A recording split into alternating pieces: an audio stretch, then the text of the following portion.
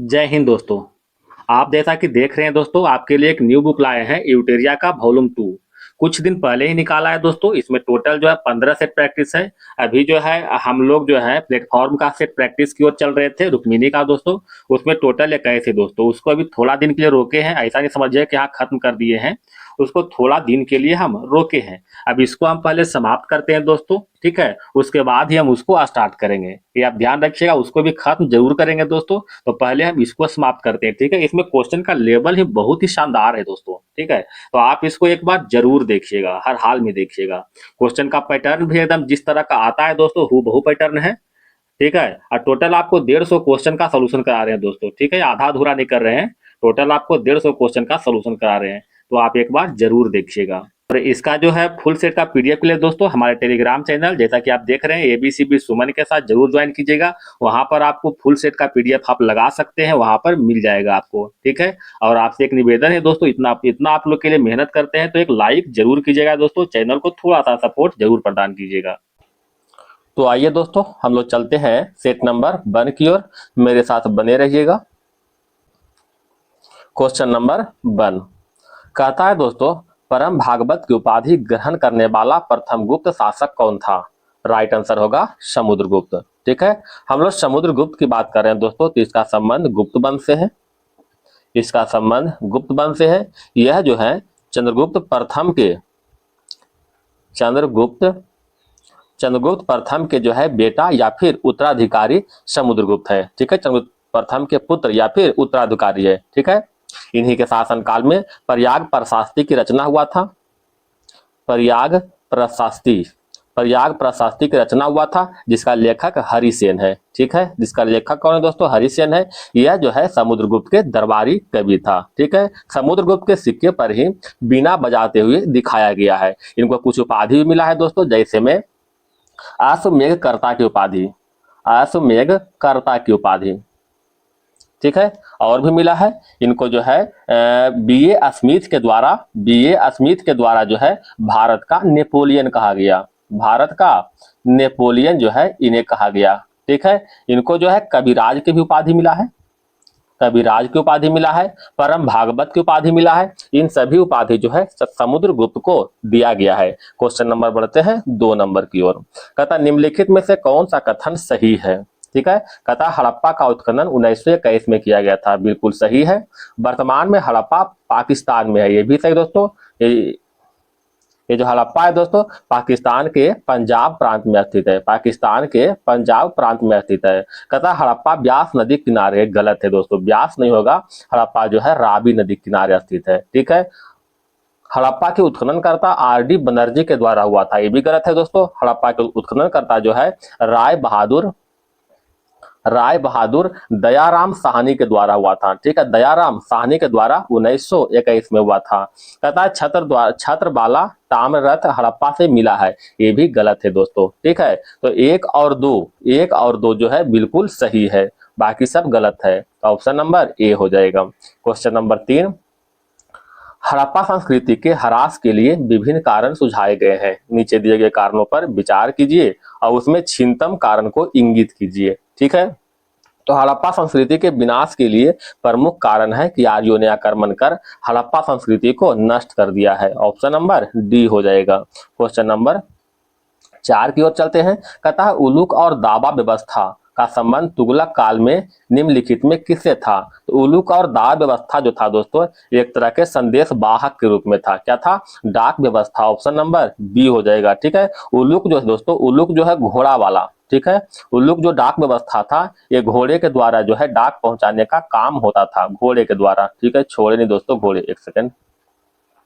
घोड़े के द्वारा जो है डाक पहुंचाने के काम में आता था, जो कि हर 4 मील पर राजकीय घोड़ा को व्यवस्था था। एक है दोस्तों दावा, ये क्या था दोस्तों? पैदल सैनिक डाक व्यवस्था,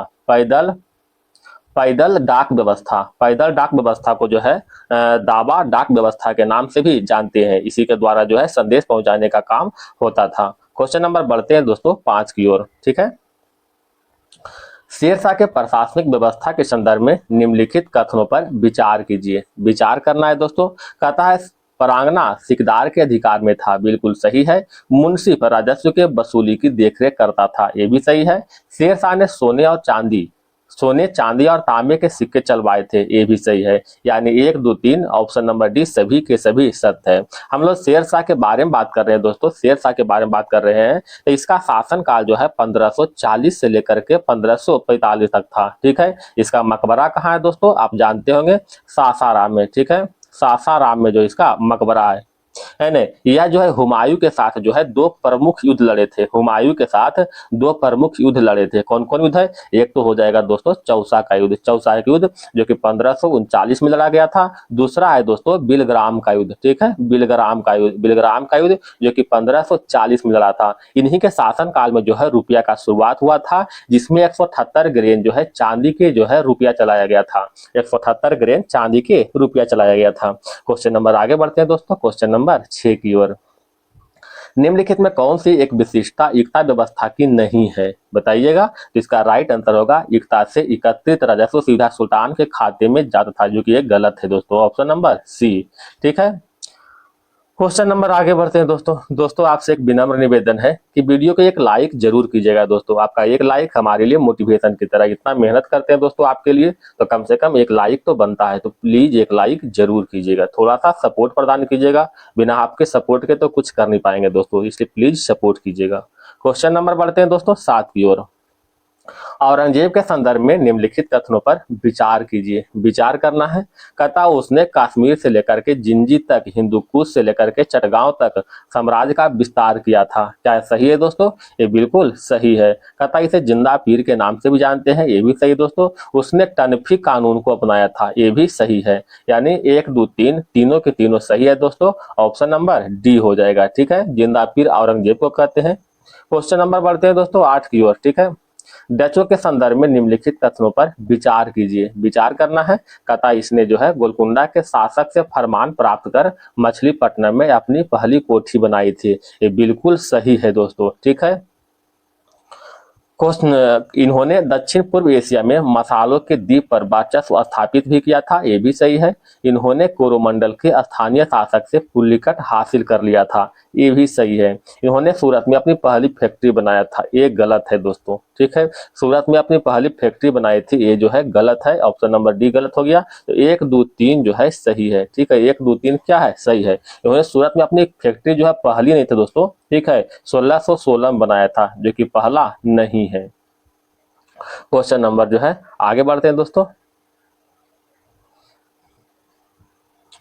क्वेश्चन नंबर 9। 1857 की क्रांति के धार्मिक कारणों के संबंध में नीचे दिए गए कथनों पर विचार कीजिए, विचार करना है। कथा ईसाई मिशनरियों द्वारा हिंदू इस्लाम धर्म पर तीखा प्रहार करना, ठीक है। मंदिर और मस्जिदों की जमीनों पर कब्जा करना, ब्रिटिश सरकार द्वारा भारतीय समाज सुधारक की सलाह पर सामाजिक कुरीतियों के विरुद्ध कानून बनाता, ये तीनों के तीनों क्या है दोस्तों, सत्य है, ठीक है। तो ऑप्शन नंबर क्या हो जाएगा, डी हो जाएगा। आप देख रहे हैं दोस्तों क्वेश्चन का लेवल कितना बढ़िया है, ठीक है। क्वेश्चन इस बार जो है इसी तरह के पूछने का पूरी तरह संभावना है। आप देख चुके हैं बिहार दरोगा में दोस्तों इसी तरह क्वेश्चन था, बीपीएससी एईडीओ में देख चुके दोस्तों इसी तरह क्वेश्चन था। तो इसमें भी पूरी तरह संभावना है कि क्वेश्चन का लेवल जो है इसी तरह का रहने वाला है। तो आप इस सेट को जो है बढ़िया से देखिएगा। क्वेश्चन नंबर देखते हैं दोस्तों 10 की ओर। 10 में देखिएगा, कथा निम्नलिखित में कौन सा ब्रिटिश नीतियों के कारण भारत के विऔद्योगिकरण के लिए उत्तरदायी है, ठीक है। तो कहता है गुमास्ता के माध्यम से ब्रिटिश कंपनी का हस्तक्षेप, ये सही है, ठीक है। देशी राजाओं तथा घरानों का पतन, ये भी सही है। भारतीय व्यापारियों के विरुद्ध भेदभावपूर्ण नीतियां, ये भी सही है। तो option number C is right answer हो जाएगा। क्वेश्चन नंबर बढ़ते हैं दोस्तों 11 की ओर।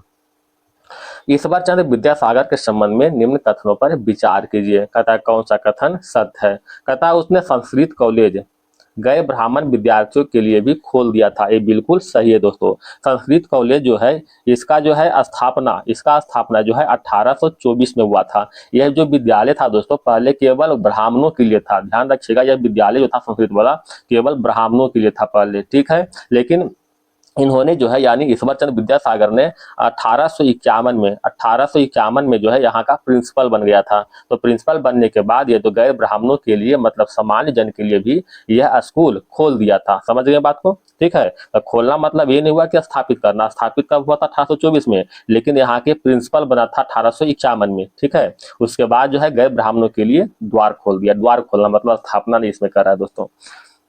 तो ये बिल्कुल सही है। इन्होंने विधवा पुनर्विवाह को समर्थन किया तथा इसके लिए सफल आंदोलन भी चलाया। ये भी सही है दोस्तों। कहता है इसने बाल विवाह और बहु विवाह का समर्थन किया। ये गलत है दोस्तों। इन्होंने बाल विवाह और बहु विवाह का समर्थन जो है कभी नहीं किया था। ये तो इसके विरुद्ध जो है 1850 में जो है आवाज भी उठाया था। यानी जो बहु विवाह है ना दोस्तों और एक बाल विवाह, तो बाल विवाह के विरुद्ध जो है 1850 में जो है आवाज भी उठाया था, समर्थन कभी नहीं किया था। ठीक है, तो इसका राइट आंसर क्या होगा दोस्तों? 1 और 2, ऑप्शन नंबर बी हो जाएगा। क्वेश्चन नंबर बढ़ते हैं दोस्तों, 12 की ओर चलते हैं।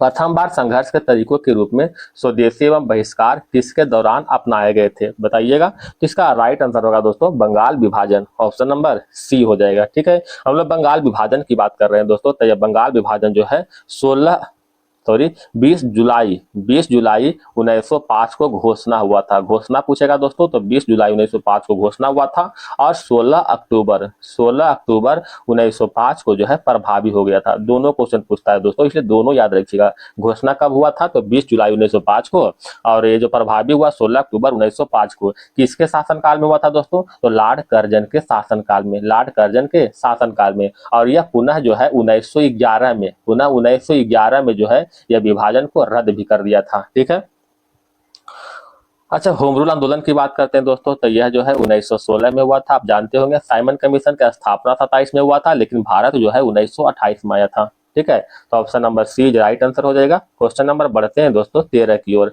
ऑल इंडिया हरिजन संघ की स्थापना 1932 में किसके द्वारा की गई थी? तो इसका राइट आंसर होगा दोस्तों महात्मा गांधी जी के द्वारा। ठीक है, महात्मा गांधी जी के द्वारा ही ऑल इंडिया हरिजन संघ की स्थापना हुआ था। हरिजन शब्द का प्रयोग सर्वप्रथम महात्मा गांधी ने सामाजिक रूप से बहिष्कृत हिंदू समाज के लिए किया था। ठीक है, वर्ष 1932 में जो है महात्मा गांधी द्वारा अस्पृश्यता निवारण संघ का गठन किया गया था, जिसका नाम जो है 1933 में जो है ऑल इंडिया हरिजन संघ कर दिया गया था। क्वेश्चन नंबर आगे बढ़े दोस्तों, तो इसका राइट आंसर क्या हो जाएगा? Option number C. Question number 14 की ओर चलते हैं। भारत में निम्नलिखित में से कौन सी नदी घाटी कोयले के भंडारों से समृद्ध है? तो इसमें राइट आंसर होगा दोस्तों महानदी घाटी, दामोदर नदी घाटी, सोन नदी घाटी। तीनों की तीनों जो है कोयले के भंडारों से समृद्ध है। ऑप्शन नंबर डी हो जाएगा। ठीक है, बताइएगा एक क्वेश्चन दोस्तों इसमें कि भारत में जो लगभग कोयला निकलता है कौन से प्रकार के कोयला है? तो लगभग कोयला जो है बिटुमिनस प्रकार के है, बिटुमिनस प्रकार के है। आप जानते हैं दोस्तों कोयले का प्रकार कौन कौन से हैं? पहले तो पीट हो जाएगा, फिर बिटुमिनस, फिर एंथ्रासाइट है। इस तरह से जो है 3-4 टाइप का जो है कोयले का प्रकार है। तो क्या क्या हुआ दोस्तों? पीट हो गया, बिटुमिनस, एक लिग्नाइट है दोस्तों, लिग्नाइट, और एक एंथ्रासाइट। ये 4 तरह का जो है कहने का मतलब कोयले का प्रकार है। तो भारत में लगभग जो है 80% कोयला जो है बिटुमिनस प्रकार के ही है। ठीक है, क्वेश्चन नंबर बढ़ते हैं दोस्तों 15 की ओर। निम्नलिखित कथनों पर विचार करें। विचार करना है। कहता है आंतरिक प्रवास देश के अंदर जनसंख्या के वितरण को प्रभावित नहीं करता है। ये जो है गलत कथन है दोस्तों। ठीक है, प्रभावित बिल्कुल करता है ना। कहता है ग्रामीण क्षेत्रों से जनसंख्या प्रवास के लिए आकर्षण कारक जिम्मेदार है। ये बिल्कुल सही है। वर्ष 2011 में भारत की नगरीय जनसंख्या का प्रतिशत 31.8% था। ये भी सही है दोस्तों। यानी 2 और 3 जो है राइट आंसर हो जाएगा, ऑप्शन नंबर सी। ठीक है, बताइएगा दोस्तों भारत के किस राज्य में नगरीय जनसंख्या सबसे अधिक है? तो सबसे अधिक प्रतिशत में हम पूछ रहे हैं दोस्तों। सबसे अधिक प्रतिशत में पूछे तो नगरीय यानी शहरी कर सकते हैं। शहरी जनसंख्या जो है सबसे अधिक जो है गोवा में है। ठीक है, गोवा में कितना है दोस्तों? 62.8%, 62.17% दोस्तों। ठीक है, 62.17%। अगर सबसे हम कम की बात करते हैं दोस्तों, सबसे कम की बात करते हैं तो कम प्रतिशत में हो जाएगा दोस्तों एचपी में कितना है दोस्तों? तो 10.3% जो है एचपी में जनसंख्या है। अगर लास्ट सेकेंड की बात करते हैं दोस्तों अंतिम से दूसरा नंबर आता है बिहार का आता है। बिहार में लगभग जो है 11 पॉइंट समथिंग % जो है शहरी जनसंख्या निवास करता है। चाहिए दोस्तों क्वेश्चन नंबर आगे बढ़ते हैं 16 की ओर चलते हैं दोस्तों। बिहार के किस जिले में अबरख का भंडार है? तो अबरख का भंडार सबसे अधिक जो है ऑप्शन के अनुसार गया में हो जाएगा। ठीक है, इसमें अगर बिना ऑप्शन के पूछे दोस्तों तो सबसे अधिक अबरख का भंडार नवादा में है। याद रखिएगा, सबसे अधिक कहाँ है? नवादा में है, लेकिन नवादा ऑप्शन में नहीं है दोस्तों, इसलिए कहाँ हो जाएगा? गया में हो जाएगा। ठीक है, कुछ खनिज की बात करते हैं दोस्तों, जैसे में पाइराइट। ठीक है, पाइराइट्स का उत्पादन सबसे अधिक जो है रोहतास में होता है, रोहतास में होता है। ठीक है, सोना सोना सबसे अधिक कहाँ पाया गया है दोस्तों? जमुई में। ठीक है, मैग्नेटाइट मैग्नेटाइट मैग्नेटाइट सबसे अधिक जो है गया और जमुई में जो है पाया जाता है।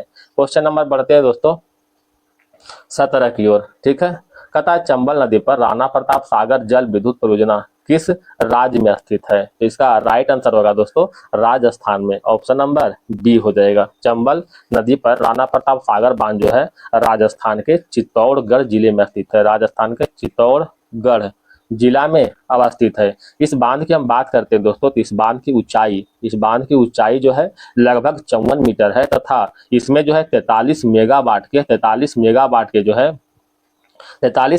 के जो है 4 विद्युत इकाई लगाई गई है। ठीक है, चंबल नदी की बात करें दोस्तों, तो चंबल नदी परियोजना के अंतर्गत जो है कुछ अन्य भी मतलब कुछ बांध बनाए गए हैं, जैसे में एक तो होगा दोस्तों राणा प्रताप सागर बांध। ठीक है, एक हो जाएगा दोस्तों गांधी सागर बांध, एक है दोस्तों जवाहर सागर बांध। ये सभी जो है चंबल नदी परियोजना के अंतर्गत ही बनाया गया है। क्वेश्चन नंबर आते हैं दोस्तों 18 की ओर। कहता है पृथ्वी की उत्पत्ति के संबंध में निम्न कथनों पर विचार कीजिए। इसमें कह रहा है दोस्तों कौन सा कथन असत्य है? असत्य को छांटना है। पृथ्वी की उत्पत्ति के संबंध में जर्मन दार्शनिक इमैनुअल कांट ने वायव राशि परिकल्पना को प्रस्तुत किया है, ये बिल्कुल सही है। चैम्बरलेन और मोल्ट ने पृथ्वी की उत्पत्ति के संबंध में निहारिका परिकल्पना को प्रस्तुत किया है, ये गलत है दोस्तों। ठीक है, सर हेरोल्ड जेफरी के अनुसार पृथ्वी की उत्पत्ति ज्वारीय परिकल्पना से हुआ है, ये भी सही है। ठीक है, तो केवल 2 गलत हुआ दोस्तों, ऑप्शन नंबर बी हो जाएगा। ठीक है दोस्तों, क्योंकि जो है निहारिका परिकल्पना का जो प्रस्तुत किया था लाप्लास के द्वारा जो है निहारिका परिकल्पना को प्रस्तुत किया गया था, ना कि चैम्बरलेन और मोल्ट के द्वारा। तो बी नंबर गलत था। क्वेश्चन नंबर बढ़ते हैं दोस्तों 19 की ओर। निम्नलिखित कथनों पर विचार करना है। केरल, उड़ीसा, पश्चिमी बंगाल में लेगून और पलाया में धरातलीय जल संसाधन उपलब्ध है, ये बिल्कुल सही है। कहता धरातलीय भौम जल का सबसे अधिक उपयोग उद्योग में होता है, ये गलत है दोस्तों। ठीक है, वो उद्योग में तो होता ही होता है, लेकिन सबसे अधिक जो होता है दोस्तों घरेलू कार्यों में होता है। ठीक है, घरेलू कार्यों में होता है सबसे अधिक उपयोग भौम जल का। तो 2 नंबर गलत हो गया। ठीक है, धरातलीय जल के मुख्य स्रोत नदियां, झीलें और तालाब है, ये भी सही है। तो ऑप्शन नंबर 2 गलत हो दोस्तों, तो 1 और 3 सत्य है, ऑप्शन नंबर सी हो जाएगा। ठीक है, क्वेश्चन नंबर बढ़ते हैं दोस्तों 20 की ओर। निम्न में से कौन सा भौगोलिक दशाएं चाय की खेती के लिए अनुकूल है? तो चाय की खेती के लिए पर्वतीय ढाल वाली भूमि होना चाहिए, अम्लीय मिट्टी होना चाहिए, सुवितरित वर्षा होना चाहिए, गर्म एवं आर्द्र जलवायु होना चाहिए, सभी के सभी जो है सत्य है। ठीक है, और चाय की खेती के लिए कौन सा मिट्टी की आवश्यकता होती है दोस्ती? तो चाय की खेती के लिए लेटेराइट मिट्टी, और कॉफी की खेती के लिए जो है काली मिट्टी। ठीक है, क्वेश्चन नंबर बढ़ते हैं दोस्तों 21 की ओर। ठीक है, भारत का महान्यायवादी, एक सेकंड दोस्तों, इसका आंसर हो जाएगा ऑप्शन नंबर डी। भारत के महान्यायवादी किसके द्वारा नियुक्त किए जाते हैं? भारत के महान्यायवादी जो है भारत के राष्ट्रपति के द्वारा जो है अनुच्छेद 76 का 1 के तहत जो है नियुक्त किए जाते हैं। ठीक है, तो याद रखिएगा नियुक्ति होता है भारत के राष्ट्रपति के द्वारा। कुछ महान्यायवादी के बारे में जानते हैं दोस्तों। तो महान्यायवादी को संसद की कार्यवाही में भाग ले सकता है, लेकिन इसको वोट देने का अधिकार नहीं है। भाग तो लेगा लेकिन वोट देने का अधिकार नहीं है। महान्यायवादी की तरह एक होता है दोस्तों महाधिवक्ता। ठीक है, महाधिवक्ता, तो दोनों में अंतर क्या है दोस्तों? एक जो है सेंट्रल सरकार का होता है, ठीक है, महान्यायवादी जो है केंद्र स्तर पर होता है, और महाधिवक्ता जो है राज्य स्तर पर होता है। ठीक है, तो महाधिवक्ता का नियुक्ति जो है अनुच्छेद 165 के तहत जो है राज्यपाल करता है। ठीक है, इसका कार्य जो है राष्ट्रपति के प्रसाद पर्यंत ही होता है। ठीक है, क्वेश्चन नंबर 22 की ओर आते हैं दोस्तों। कहता धन विधेयक पेश किया जा सकता है, कहाँ पेश करते हैं? तो लोकसभा में करते हैं, ठीक है, लोकसभा में। धन विधेयक का वर्णन जो है, धन विधेयक का वर्णन संविधान के अनुच्छेद 110 में किया गया है। एक है दोस्तों अनुच्छेद 109, इसमें क्या किया गया? तो धन विधेयक के संबंध में विशेष प्रक्रिया, धन विधेयक के संबंध में विशेष प्रक्रिया का उल्लेख किया गया है, ठीक है। धन विधेयक जब लोकसभा में पारित होता है दोस्तों, तो इसे जो है राज्यसभा में भेज देते हैं, ठीक है। राज्यसभा इसको जो है 14 दिन तक जो है रोक सकता है, ठीक है, 14 दिन रोक सकता है। इसको डिक्लाइन नहीं करेगा, मतलब जो है अस्वीकार नहीं करेगा, केवल रोक सकता है, ठीक है। अगर 14 दिन में स्वीकार कर लिया तब तो ठीक है, अगर स्वीकार नहीं किया फिर भी जो है उसको स्वीकार माना ही जाएगा। तो ध्यान रखिएगा, तो 14 दिन तक क्या करता है? रोक सकता है, ठीक है। क्वेश्चन नंबर बढ़ते हैं दोस्तों 23 की ओर। भारत के प्रधानमंत्री किसके प्रति जवाबदेह है? भारत के प्रधानमंत्री जो है, भारत के प्रधानमंत्री जो है लोकसभा के प्रति, ठीक है, लोकसभा के प्रति जवाबदेह है। भारत के प्रधानमंत्री सामूहिक रूप से जो है, सामूहिक रूप से लोकसभा के प्रति, अगर व्यक्तिगत रूप से पूछे दोस्तों, व्यक्तिगत रूप से पूछे तो यह राष्ट्रपति के प्रति जवाबदेह है, ठीक है। तो सामूहिक रूप से लोकसभा के प्रति और व्यक्तिगत रूप से राष्ट्रपति के प्रति जवाबदेह है, ठीक है। प्रधानमंत्री का, ये जो प्रधानमंत्री दोस्तों, इनका नियुक्ति जो है संविधान के अनुच्छेद 75 के 1 के तहत होता है। कार्यकाल कितना होता है दोस्तों? कार्यकाल जो है 5 वर्ष का होता है, ठीक है। यह जो है सामान्यतः लोकसभा के बहुमत दल के नेता होते हैं, ठीक है। 75 है दोस्तों। अगर हम अनुच्छेद 74 की बात करते हैं दोस्तों, तो 74 में कहता है कि राष्ट्रपति के सहायता सलाह लेने के लिए मंत्रिपरिषद का प्रावधान किया गया है, अनुच्छेद 74 में। क्वेश्चन नंबर बढ़ते हैं दोस्तों 24 की ओर। केंद्र सरकार में उच्चतम नागरिक सेवा अधिकारी कौन है? तो केंद्र सरकार में उच्चतम नागरिक सेवा अधिकारी मंत्रिमंडल सचिव है। ऑप्शन नंबर बी हो जाएगा, मंत्रिमंडल सचिव है। भारत में कैबिनेट सचिव केंद्र सरकार में उच्चतम नागरिक सेवा अधिकारी होता है। क्वेश्चन नंबर बढ़ते हैं 25 की ओर। उच्चतम न्यायालय की व्यवस्था के अनुसार निजी भवनों को ऊपर राष्ट्रीय झंडे को फहराना किसके तहत एक नागरिक का मौलिक अधिकार है? बताइएगा।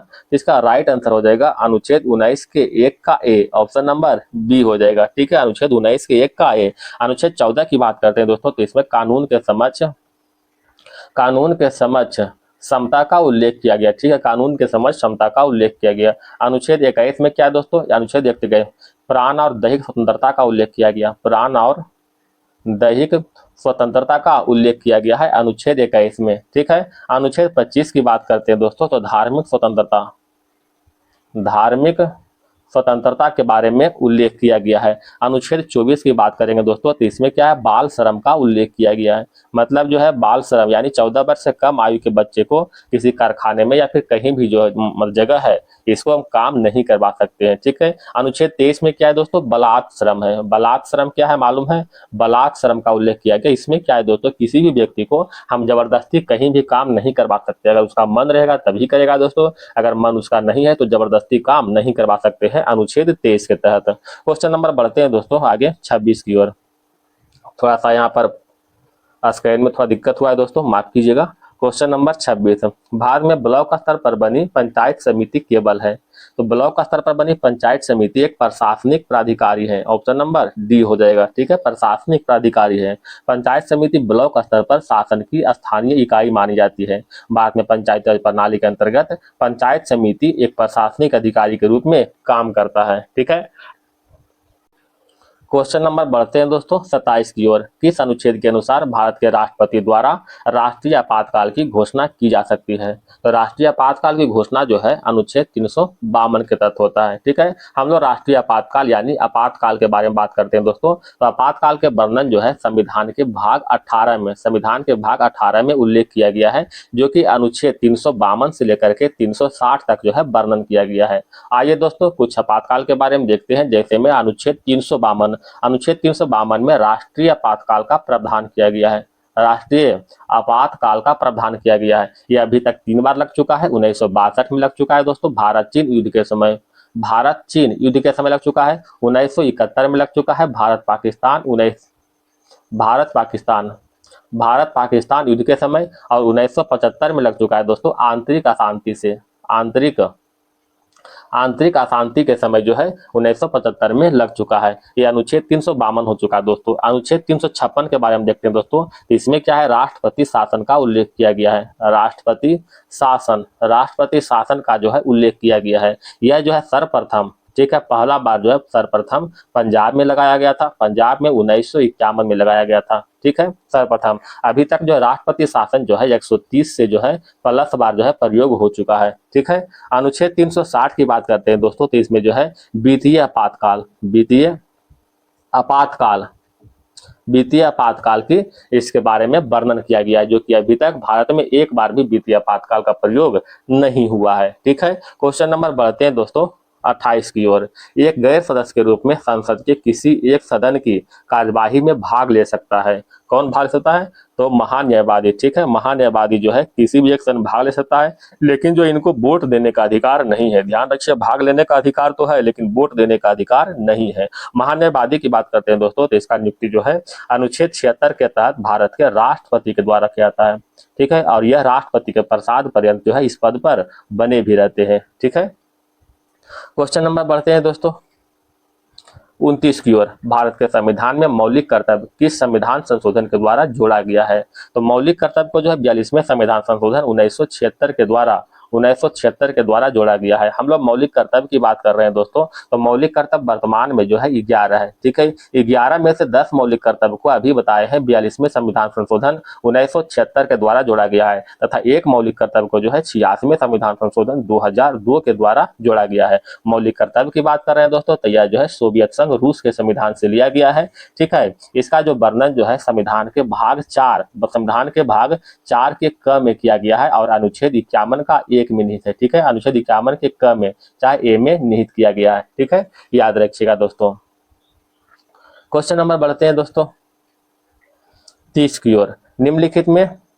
निम्नलिखित में से कौन सा वैश्वीकरण में शामिल नहीं है? वैश्वीकरण में कौन सा शामिल नहीं है बताइएगा। आयात शुल्क में कमी ये शामिल है। आयात लाइसेंसिंग की उन्मूलन ये भी शामिल है। प्रत्यक्ष विदेशी निवेश का उन्मुक्त प्रवाह ये भी शामिल है। सार्वजनिक क्षेत्र की इक्विटी का निवेश ये सम्मिलित नहीं है। ऑप्शन नंबर डी हो जाएगा। क्वेश्चन नंबर बढ़ते हैं दोस्तों 31 की ओर। भारत में पहली पंचवर्षीय योजना निम्नलिखित में से किस मॉडल पर आधारित था? तो पहली पंचवर्षीय योजना की बात करते हैं दोस्तों, तो यह जो है 1951 से लेकर के 1956 तक चलाया गया था। 1956 तक यह जो है हेरोल्ड डोमर मॉडल पर आधारित है। ऑप्शन नंबर ये हो जाएगा। इसमें जो है मुख्य रूप से कृषि पर जो है विशेष जोर दिया गया था, ठीक है। इस योजना के दौरान बहुत सा कार्यक्रम हुआ दोस्तों, जैसे में इस योजना के दौरान ही सामुदायिक विकास कार्यक्रम की स्थापना हुआ था। सामुदायिक विकास कार्यक्रम की स्थापना हुआ था, मतलब शुरुआत हुआ था, जो कि 1952 में शुरू हुआ था, ठीक है। दामोदर घाटी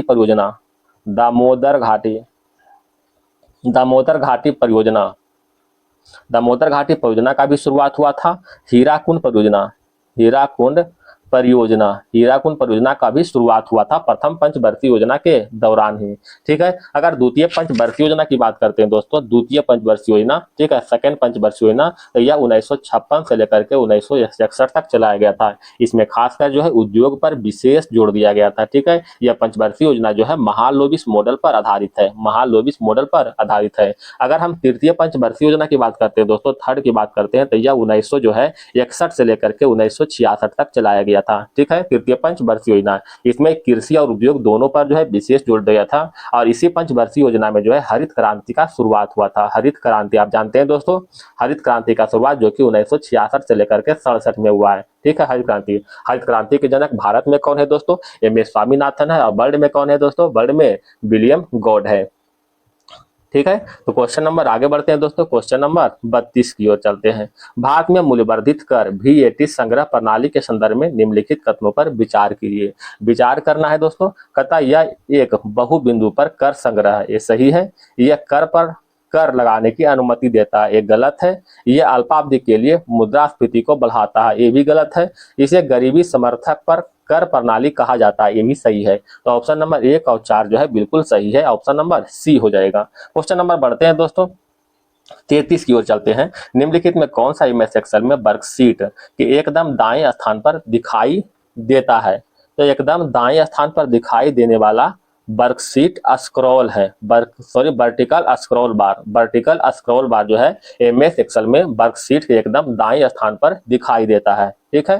क्वेश्चन नंबर 34 देखिएगा दोस्तों, यदि आप एमएस एक्सेल में कंट्रोल+A दबाते हैं तो इससे क्या फायदा होगा, क्या प्रयास कर रहे हैं। ठीक है, शॉर्टकट की है। तो कंट्रोल+A दबाने से क्या होता है दोस्तों, सभी टेक्स्ट को सेलेक्ट करते हैं। ठीक है, सभी टेक्स्ट को सेलेक्ट करते हैं, ऑप्शन नंबर ए हो जाएगा। ठीक है। एक है दोस्तों पेस्ट करने के लिए, तो पेस्ट करने के लिए कंट्रोल+V को दबाते हैं, कंट्रोल+V को दबाते हैं, पेस्ट हो जाएगा।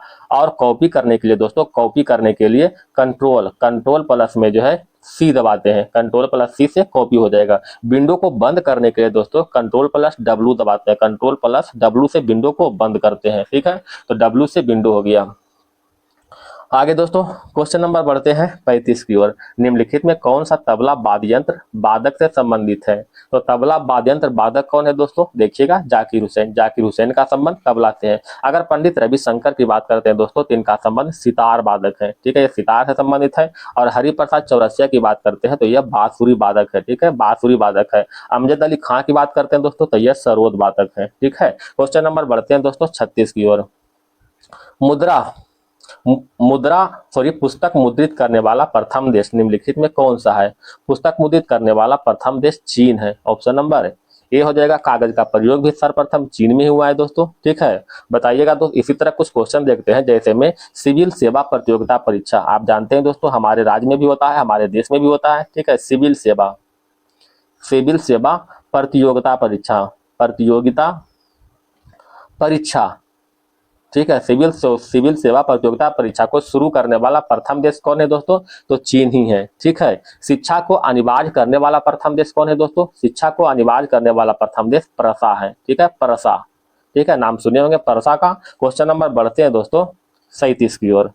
ठीक है, खेल प्रशिक्षण के क्षेत्र में दिया जाने वाला पुरस्कार निम्नलिखित में से कौन सा है। तो खेल प्रशिक्षण के क्षेत्र में द्रोणाचार्य पुरस्कार को दिया जाता है। ठीक है, द्रोणाचार्य पुरस्कार को हम लोग द्रोणाचार्य पुरस्कार की बात कर रहे हैं दोस्तों, तो इसका शुरुआत 1985 में हुआ है। ठीक है, इसमें जो है 15 लाख रुपया मिलता है, 15 लाख रुपया जो मिलता है खेल प्रशिक्षण के क्षेत्र में। अच्छा, राजीव गांधी खेल रत्न पुरस्कार की बात करते हैं दोस्तों, तो इसका शुरुआत 1991 से 92 में हुआ है, 1991 से 92 में। इसमें जो है खेलों को सराहनीय प्रदर्शन के लिए मिलता है, जिसमें कि 25 लाख जो है योगदान के रूप में यानी पुरस्कार के रूप में मिलता है। अर्जुन पुरस्कार की बात करते हैं दोस्तों, तो इसका शुरुआत 1961 में हुआ है, खेल के क्षेत्र में ही है, और इसमें जो है 15 लाख रुपए मिलते हैं। ठीक है, ध्यानचंद पुरस्कार की बात करते हैं दोस्तों, तो इसका शुरुआत 2002 में हुआ है। खेलों के जीवन भर उपलब्धि के लिए यह पुरस्कार मिलता है और टोटल इसमें 10 लाख की राशि प्राप्त होता है। क्वेश्चन नंबर बढ़ते हैं दोस्तों 38 की ओर। लाल बहादुर शास्त्री अंतर्राष्ट्रीय हवाई अड्डा कहाँ स्थित है। लाल बहादुर शास्त्री अंतर्राष्ट्रीय हवाई अड्डा वाराणसी में स्थित है, ऑप्शन नंबर बी हो जाएगा, वाराणसी में। अगर हम पटना की बात करते हैं दोस्तों, पटना की बात करते हैं तो पटना में कौन सा हवाई अड्डा है, पटना में हो जाएगा जयप्रकाश नारायण अंतर्राष्ट्रीय हवाई अड्डा, अंतरराष्ट्रीय हवाई अड्डा पटना में स्थित है। ठीक है, अगर हम लखनऊ की बात करते हैं दोस्तों, तो लखनऊ में कौन सा है, लखनऊ में चौधरी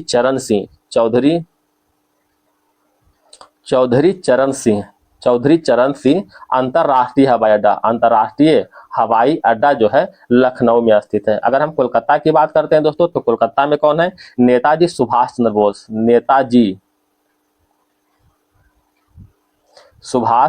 चंद्र बोस अंतर्राष्ट्रीय हवाई अड्डा जो है कोलकाता में स्थित है। याद रखिएगा दोस्तों। और आपसे एक निवेदन है दोस्तों कि वीडियो पसंद आ रहा है दोस्तों, मेरा मेहनत पसंद आ रहा है तो एक लाइक जरूर कीजिएगा दोस्तों। ठीक है, क्वेश्चन नंबर बढ़ते हैं दोस्तों 39 की ओर। समुद्री वातावरण में मुख्यतः प्राथमिक उत्पाद होते हैं, तो मुख्यतः प्राथमिक उत्पाद के रूप में फाइटोप्लैंक्टन है। ठीक है, फाइटोप्लैंक्टन, ऑप्शन नंबर डी हो जाएगा, फाइटोप्लैंक्टन। ये प्रकाश संश्लेषण द्वारा जो है, ये फाइटोप्लैंक्टन जो है प्रकाश संश्लेषण के द्वारा जो है ऊर्जा प्राप्त करते हैं। ठीक है, समुद्री श्रृंखला में फाइटोप्लैंक्टन का प्रमुख प्राथमिक उत्पाद होते हैं। ठीक है दोस्तों, क्वेश्चन नंबर बढ़ते हैं 40 की ओर। मानसूनी वर्षा की विशेषताओं के संदर्भ में निम्न कथनों में कौन सा कथन असत्य है। असत्य कथन को छांटना है।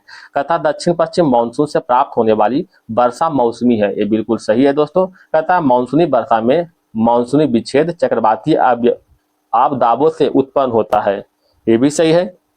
भारत में मानसूनी वर्षा का स्थानिक वितरण प्रत्येक स्थान पर एक समान होता है। ये गलत है दोस्तों। जो मानसूनी वर्षा होता है दोस्तों, प्रत्येक स्थान पर एक समान नहीं होता है, कहीं ज्यादा भी होता है, कहीं कम होता है। जैसे में अगर पूर्वी हिस्से की बात करते हैं दोस्तों, भारत के पूर्वी हिस्से की बात करते हैं, तो यहाँ वर्षा जो है सबसे अधिक होता है, ठीक है। और पश्चिमी या फिर उत्तरी पश्चिमी हिस्से की बात करते हैं, तो यहाँ वर्षा जो है सबसे कम होता है, ठीक है। इसका अंतर जो है लगभग 12 सेंटीमीटर से लगभग 250 सेंटीमीटर तक यह अंतर पाया जाता है। तो ऑप्शन नंबर सी क्या है, असत्य कथन था। मानसूनी वर्षा उच्चावच तथा भूआकृति द्वारा नियंत्रित होती है, ये भी सही है, ठीक है। ये भी क्या है, सही है। तो option number C right answer हो जाएगा। क्वेश्चन नंबर बढ़ते हैं दोस्तों 41 की ओर। स्वच्छ वायु सर्वेक्षण पुरस्कार 2024 के तहत निम्नलिखित में से कौन सा शहर श्रेणी फर्स्ट में पहला स्थान प्राप्त किया है। तो राइट आंसर होगा इंदौर। इंदौर जो है पहला स्थान प्राप्त किया है। पहला स्थान इंदौर हो गया दोस्तों। दूसरा स्थान, सेकेंड स्थान हो जाएगा जबलपुर, और तीसरा स्थान हो जाएगा दोस्तों आगरा। तीसरा स्थान आगरा और सूरत, आगरा और सूरत दोनों जो है थर्ड स्थान पर आ जाएगा, ठीक है।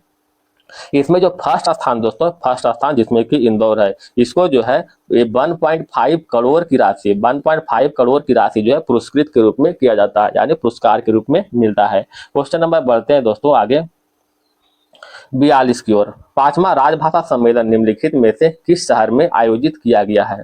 तो पांचवा राजभाषा सम्मेलन जो है गांधीनगर गुजरात में जो है इसका किया गया है, ठीक है। क्वेश्चन नंबर बढ़ते हैं 43 की ओर। निम्नलिखित में से कौन सा राज्य सरकार द्वारा मुख्यमंत्री महिला रोजगार योजना की शुरुआत किया गया है। मुख्यमंत्री महिला रोजगार योजना की शुरुआत बिहार में किया गया है। Question number 44। इनमें से कौन सा कथन सत्य है। सत्य कथन को देखना है। कहता भारत का पहला 32 बिट प्रोसेसर का नाम विक्रम 301 है। ये बिल्कुल सही है। विक्रम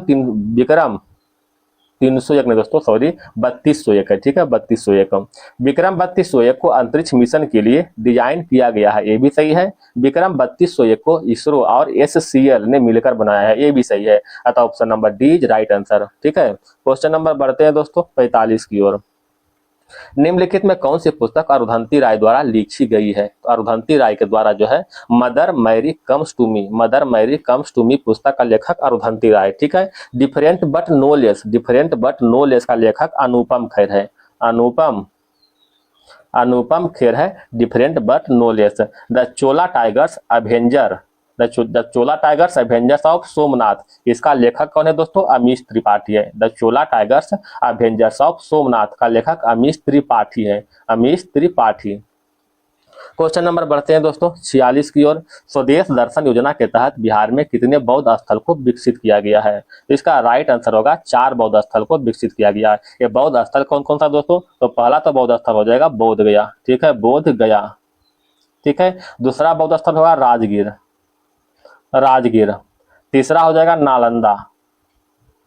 नालंदा। चौथा हो जाएगा वैशाली, ठीक है। ये 4 को जो है बौद्ध स्थल को विकसित किया गया है। क्वेश्चन नंबर बढ़ते हैं दोस्तों 47 की ओर। नीति आयोग ने कब तक दालों के उत्पादन दुगुना करने का लक्ष्य रखा है। दालों के उत्पादन दुगुना करने का लक्ष्य 2047 तक रखा है, ठीक है। नीति आयोग ने 4 सितंबर 2025 को दलहन आत्मनिर्भरता रोड मैप की रिपोर्ट जारी किया है, ठीक है। इसका लक्ष्य क्या था, 2047 तक भारत जो है दाल उत्पादन को दुगुना करने का लक्ष्य को पूरा करने के साथ आयात निर्भरता को कम करने पर केंद्रित करेगा। क्वेश्चन नंबर बढ़ते हैं 48 की ओर। केंद्र सरकार द्वारा निम्नलिखित में से किस उद्योग के लिए पहली बार कानूनी रूप से बाध्यकारी ग्रीन हाउस गैस जैसे उत्सर्जन तीव्रता लक्ष्य नियम 2025 अधिसूचित किए गए हैं।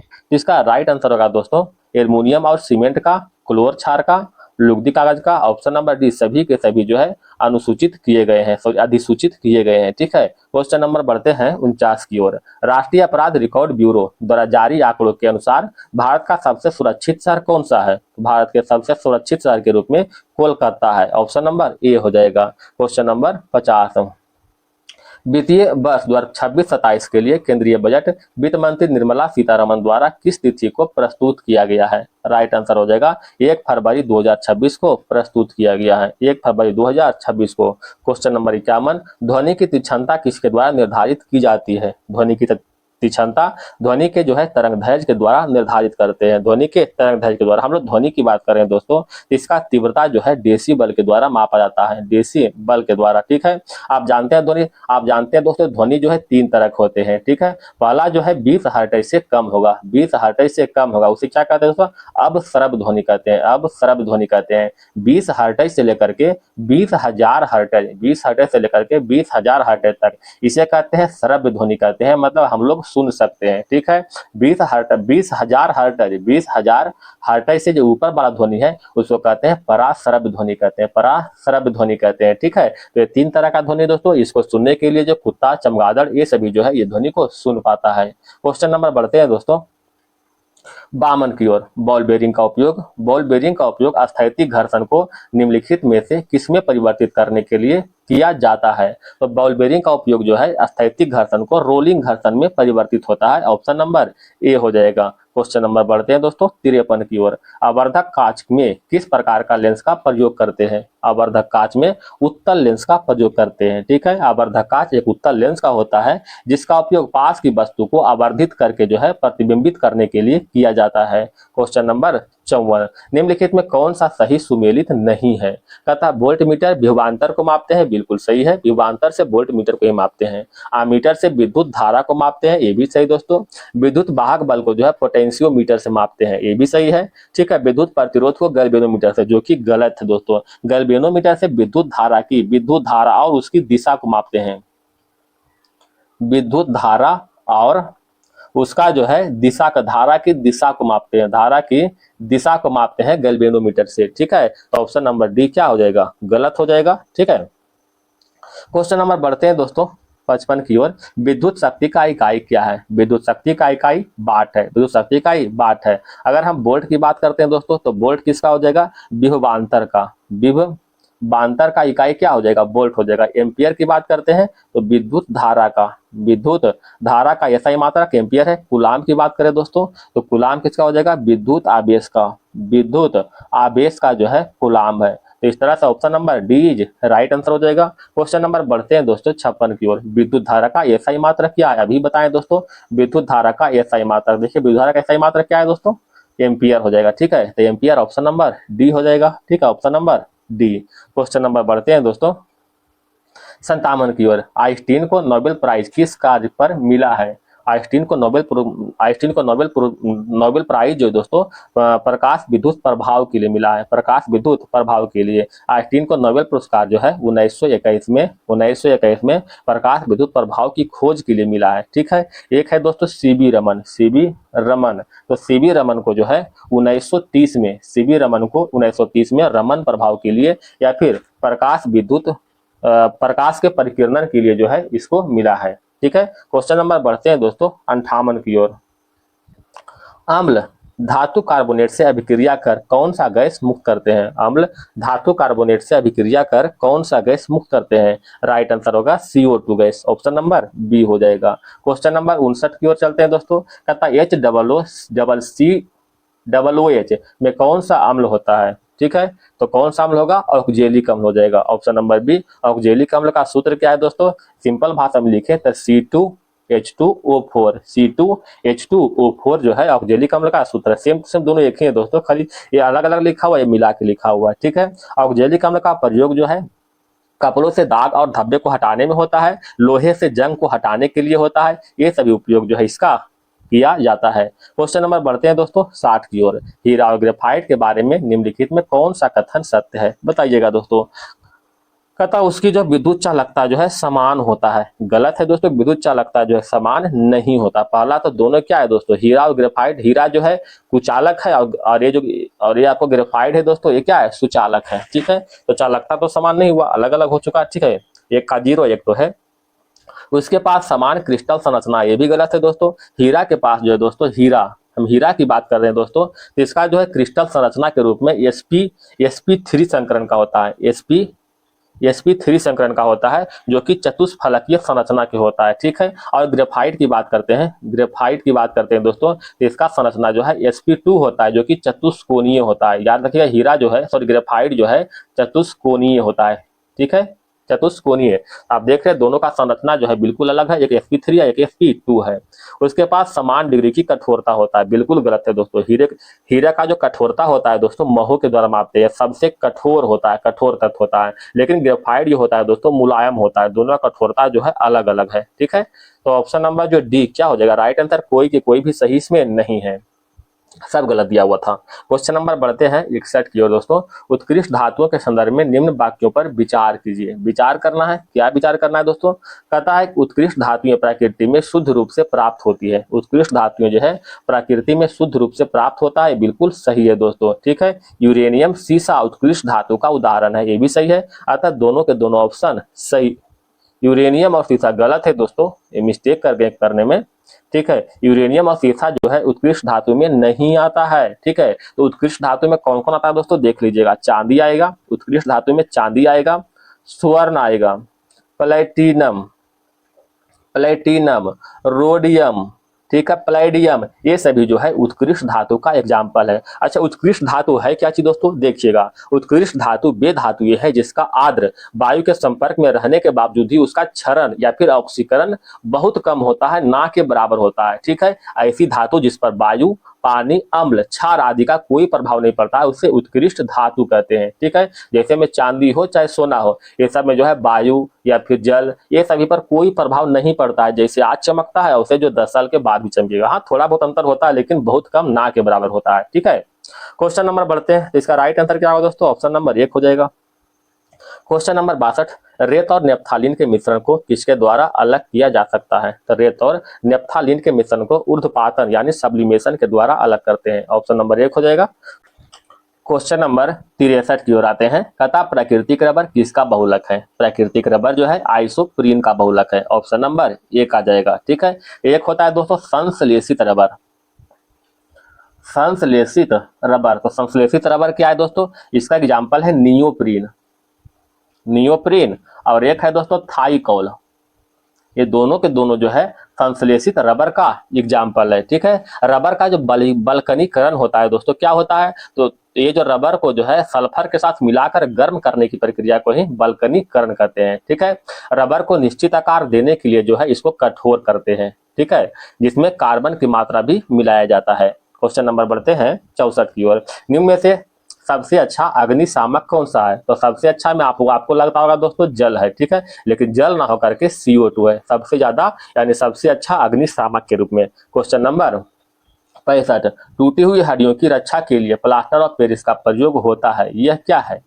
तो यह एक जिप्सम है। क्या है दोस्तों?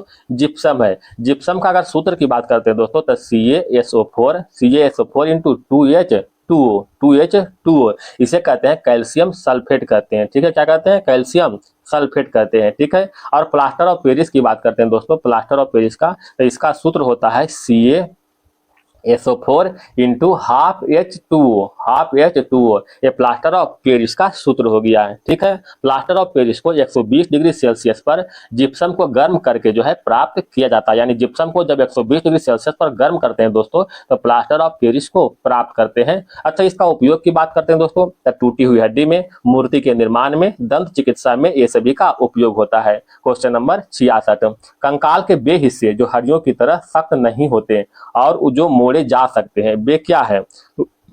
उसे कार्टिलेज कहते हैं। क्या कहते हैं? कार्टिलेज कहते हैं। कार्टिलेज मानव और अन्य प्राणियों में पाया जाने वाला लचीला संयोजी ऊतक है। ठीक है, यह कॉन्ड्रोसाइट कोशिका से बने होते हैं। किससे बने होते हैं? कार्टिलेज जो है कॉन्ड्रोसाइट कोशिका से बने होते हैं। ठीक है, यह हमारे शरीर के जोड़ों को लचीला करता है। ठीक है, इसमें कुछ एग्जाम्पल याद रखिए दोस्तों, जैसे कान का हड्डी, कान की हड्डी, नाक की हड्डी, नाक की हड्डी। ठीक है, ये सभी जो है मतलब कार्टिलेज से नहीं बना होता है, इसमें जो है उपास्थि से बने होते हैं। किससे बने होते हैं? दोनों उपास्थि से बने होते हैं इसका हड्डी। क्वेश्चन नंबर बढ़ते हैं दोस्तों 67 की ओर। कहता है मादा एनोफिलीज को मादा क्यूलेक्स से अलग किया जा सकता है क्योंकि यह बैठती है। ठीक है, कहाँ बैठती है? तो मादा क्यूलेक्स से अलग करते हैं कि यह कहाँ बैठती है? तो यह जो है अध स्तर के कोण पर बैठती है, अध स्तर के साथ कोण पर। अध स्तर के साथ कोन पर बैठती है, ठीक है। अच्छा, मादा एनोफिलीज की बात करते हैं दोस्तों, तो इससे जो है क्या होता है, मलेरिया होता है। आप जानते हैं दोस्तों, कभी न कभी मलेरिया हुआ होगा, हो सकता है, ठीक है। मादा क्यूलेक्स से जो है फलेरिया होता है, फलेरिया, ठीक है। तो मादा एनाफिलिस से मलेरिया होता है, मादा क्यूलेक्स से फलेरिया होता है, ठीक है। क्वेश्चन नंबर बढ़ते हैं 68 की ओर। शरीर के प्रतिरोधक क्षमता से जुड़ा सबसे महत्वपूर्ण कोशिका प्रकार है, क्या होगा दोस्तों, लिम्फोसाइट। ऑप्शन नंबर सी हो जाएगा, ठीक है। हमारे शरीर में लिम्फोसाइट, मोनोसाइट और न्यूट्रोफिल, ठीक है, जैसी प्रतिरक्षा कोशिकाएं होती है जो बाहरी रोग जन्य को नष्ट करके हमारे शरीर को सुरक्षा प्रदान करते हैं। क्वेश्चन नंबर 69, कार्बोहाइड्रेट के अपघटनोपरांत अंतिम रूप से क्या बनाता है, तो कार्बोहाइड्रेट के अपघटनोपरांत अंतिम रूप से ग्लूकोज बनाता है। ऑप्शन नंबर सी हो जाएगा, ठीक है। कार्बोहाइड्रेट की बात करते हैं दोस्तों, तो यह है कार्बनिक यौगिक है। क्या है, कार्बोहाइड्रेट जो है कार्बनिक यौगिक है, कार्बनिक यौगिक है, जिसमें कार्बन हाइड्रोजन और ऑक्सीजन होते हैं, ठीक है। कार्बन हाइड्रोजन और ऑक्सीजन होते हैं। इसमें हाइड्रोजन व ऑक्सीजन का अनुपात जल के समान होता है, ठीक है। इसका जो अपघटन के उपरांत अंतिम रूप से मोनोसेक्राइड जिसे ग्लूकोज बनाते हैं, ठीक है। मोनोसेक्राइड को ग्लूकोज कहते हैं दोस्तों, तो मोनोसेक्राइड या फिर ग्लूकोज बनाते हैं, ठीक है।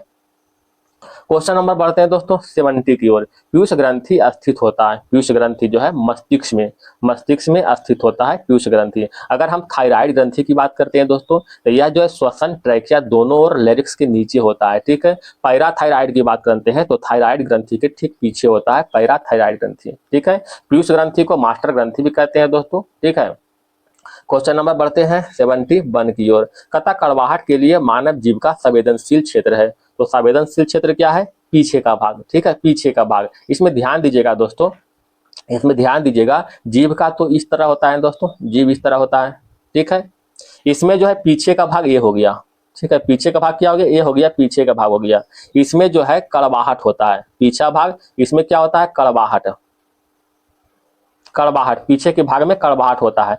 आगे की भाग देखिए दोस्तों, यहाँ पर हो जाएगा आगे की भाग, आगे की भाग में क्या हो जाएगा, आगे की भाग में हो जाएगा दोस्तों, क्या होगा बताइएगा, आगे के भाग में मीठा, आगे के भाग में मीठा प्रतीत होगा, ठीक है। और अग्र किनारा ये हो गया अग्र किनारा, ठीक है, अग्र किनारा दोनों ओर, ठीक है, अग्र किनारा। तो ये दोनों ओर से क्या होगा दोस्तों, इसमें जो साल्ट यानी नमकीन लगेगा, ठीक है, नमकीन लगेगा, समझ गए बात को।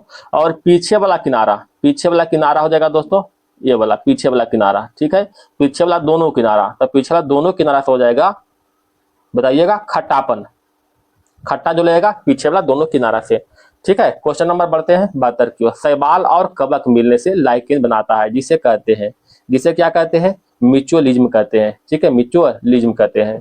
सौर ऊर्जा एटीपी में बदलती है, सौर ऊर्जा एटीपी में बदलते हैं क्लोरोप्लास्ट में। ऑप्शन नंबर बी हो जाएगा, क्लोरोप्लास्ट सौर ऊर्जा एटीपी में बदलती है। क्लोरोप्लास्ट एक पादप कोशिका है जिसमें क्लोरोफिल नामक प्रोटीन युक्त रासायनिक यौगिक पाया जाता है, ठीक है। यह जो है पत्ते को हरा रंग प्रदान करता है। क्वेश्चन नंबर बढ़ते हैं 74 की ओर। आंत्र ज्वार रोग मानव शरीर के किस अंग को प्रभावित करता है, तो आंत्र ज्वार रोग जो है आंत को प्रभावित करता है। ऑप्शन नंबर डी हो जाएगा, आंत को, ठीक है।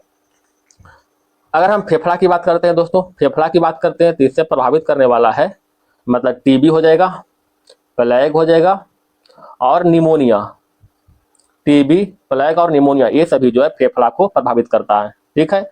अच्छा, ये तो आंत हो गया दोस्तों। अगर हम श्वास नली की बात करते हैं तो डिप्थीरिया हो जाएगा, काली खांसी, डिप्थीरिया, काली खांसी, ठीक है, ये सभी जो है श्वास नली को प्रभावित करता है, श्वास नली को याद रखिएगा ये सभी, ठीक है। अगर हम तंत्रिका तंत्र की बात करते हैं दोस्तों, तो टिटेनस हो जाएगा, टिटेनस और कोढ़, ये सभी जो है तंत्रिका तंत्र को जो है प्रभावित करता है, ठीक है। क्वेश्चन नंबर आगे बढ़ते हैं, क्वेश्चन नंबर 75। कहता निम्न में से जैविक उर्वरक का सही उदाहरण कौन सा है, बताइएगा। तो जैविक उर्वरक का सही उदाहरण माइकोरिजल फंगी और एक है ब्लू ग्रीन शैवाल, ये दोनों जो है जैविक उर्वरक का सही उदाहरण है। ऑप्शन नंबर बी हो जाएगा। यहाँ तक जो दोस्तों जीके का सेक्शन समाप्त हो गया है, ठीक है। और यहाँ के बाद आप देख रहे हैं दोस्तों मैथ की ओर चलेंगे हम लोग हैं, तो मैथ भी सॉल्व कराएंगे, तो मेरे साथ बने भी रहिएगा। तो आइए दोस्तों हम लोग चलते हैं मैथ रीजनिंग की ओर चलते हैं, क्वेश्चन नंबर 76 से। 2.4, 0.36 और 7.2 का महत्तम समावर्तक निकालना है।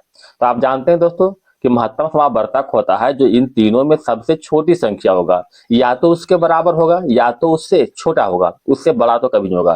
तो इन तीनों में सबसे छोटा कौन है आप देख रहे हैं, तो सबसे छोटा हो रहा है दोस्तों, ठीक है, सबसे छोटा 0.36। तो या तो 0.36 के बड़ा होगा, या तो 0.36 के छोटा होगा या तो इसके बराबर होगा। तो इससे छोटा या फिर बराबर में कौन है देख लीजिएगा। 12 है, नहीं है, बड़ा देखिए 1.2 बड़ा है, 120 बड़ा है, कौन बच गया ऑप्शन नंबर सी, बिना कुछ किए हुए। अगर इसको हल करना है दोस्तों तो इसको जो है भिन्न के रूप में कन्वर्ट कर लीजिए, और ऊपर का हो जाएगा एलसीएम, नीचे का ऊपर का एचसीएफ और नीचे का एलसीएम निकाल के हल कर दीजिए, है कि नहीं। तीन संख्या दिया हुआ 1, 2, 3 के अनुपात में है, इसका महत्तम समावर्तक 12 दिया हुआ है।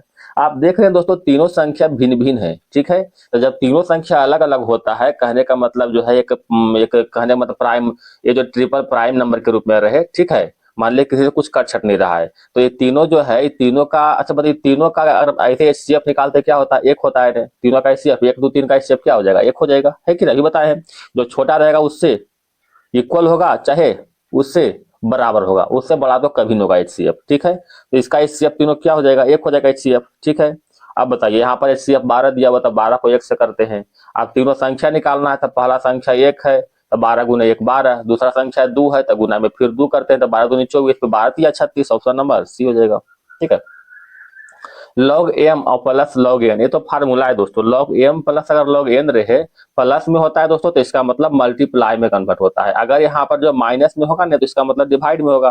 तो लॉग एम प्लस एन है, इसका मतलब होगा लॉग एम इंटू एन, ठीक है। अगर यही लॉग एम माइनस एन रहे दोस्तों, तो क्या होता, लॉग एम बटा में एन हो जाता। तो ऑप्शन नंबर इसका बी हो जाएगा। क्वेश्चन नंबर 4 है दोस्तों, कहता 4 क्रमागत सम संख्याओं का औसत 15 है, कहता उसमें से दूसरे नंबर की सबसे बड़ी संख्या कितनी होगा, ठीक है। अच्छा, औसत मतलब होता है दोस्तों बीच वाला संख्या। जैसे कहने का मतलब ये हुआ दोस्तों कि हम 2, 4, 6, 8 ये क्रमागत दिख रहा है, अगर इसका हम औसत निकालते हैं, ठीक है। एक कुछ संख्या लेते हैं दोस्तों, 2, 4, 6, 8 हम 10 लेते हैं, इसका औसत निकालते हैं दोस्तों, इसका निकालते हैं तो क्या होगा, बीच वाला संख्या 6 हो जाएगा इसका औसत, ठीक है। अब इसमें निकालते हैं, इसमें बीच वाला कुछ पता लग रहा है, पता नहीं लग रहा है, तो बीच वाला दो संख्या लेना है, ठीक है। 4 और 6, तो 6 और 4 10 होता है। अब बाई 2 यानी इसका इसका जो है औसत 5 हो जाएगा, ठीक है। तो इसका मतलब ये हुआ दोस्तों कि औसत जो है 15 है, मतलब बीच वाला है, और 4 को है, इसका मतलब है ये दो बीच वाला संख्या के योगफल का के 2 से डिवाइड किया हुआ है, तो इसको 2 से गुना कर दीजिए, तो 15 गुने 2 30 होता है, ठीक है। 15 गुने 2 30 होता है, ठीक है। तो अगर हम 14 लेते हैं दोस्तों, आप प्लस में 16 लेते हैं, इसी तरह से 4 अच्छे है ना, तो 14 प्लस 16 30 हो रहा है, बिल्कुल हो रहा है दोस्तों। तो 14 16 एक हो जाएगा 18 और एक पीछे हो जाएगा 12, ठीक है। तो एक क्रमागत भी बैठ गया है और ये आपका एवरेज भी इसका 30 आ रहा है, मतलब 15 आ रहा है कि नहीं। तो इसमें कहता दूसरे नंबर की सबसे बड़ी संख्या क्या होगा, तो सबसे बड़ा संख्या 18, दूसरे नंबर क्या हो जाएगा दोस्तों 16, दूसरे नंबर का 16, तो ऑप्शन नंबर डी हो जाएगा, है कि नहीं। एक संख्या का औसत बाई स्क्वायर दिया हुआ है, बाई संख्या का एक्स स्क्वायर दिया हुआ है, ठीक है। तो गुना कर दीजिए ना, तो एक्स गुने बाई स्क्वायर हो जाएगा टोटल संख्या, प्लस में बाई या गुना में एक्स स्क्वायर हो जाएगा। टोटल संख्या कितना है दोस्तों, संख्या इधर एक्स है इधर संख्या बाई है, तो दोनों को जोड़ दीजिए, एक्स प्लस बाई हो जाएगा, है कि नहीं। ऊपर से एक्स बाई कॉमन ले लीजिए दोस्तों, एक्स बाई कॉमन लेंगे तो क्या बचेगा, बाई प्लस में एक्स बच जाएगा, और नीचे में तो एक्स प्लस बाई है, ये ऊपर नीचे कटे क्या बचेगा, एवरेज क्या हो जाएगा x y, option number B हो जाएगा, है कि नहीं। क्वेश्चन नंबर आगे बढ़ते हैं दोस्तों।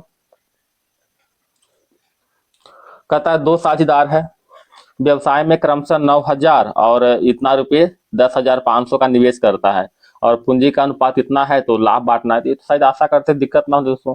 कुछ मान फर्स्ट साझेदार हो गया, इधर सेकेंड साझेदार हो गया।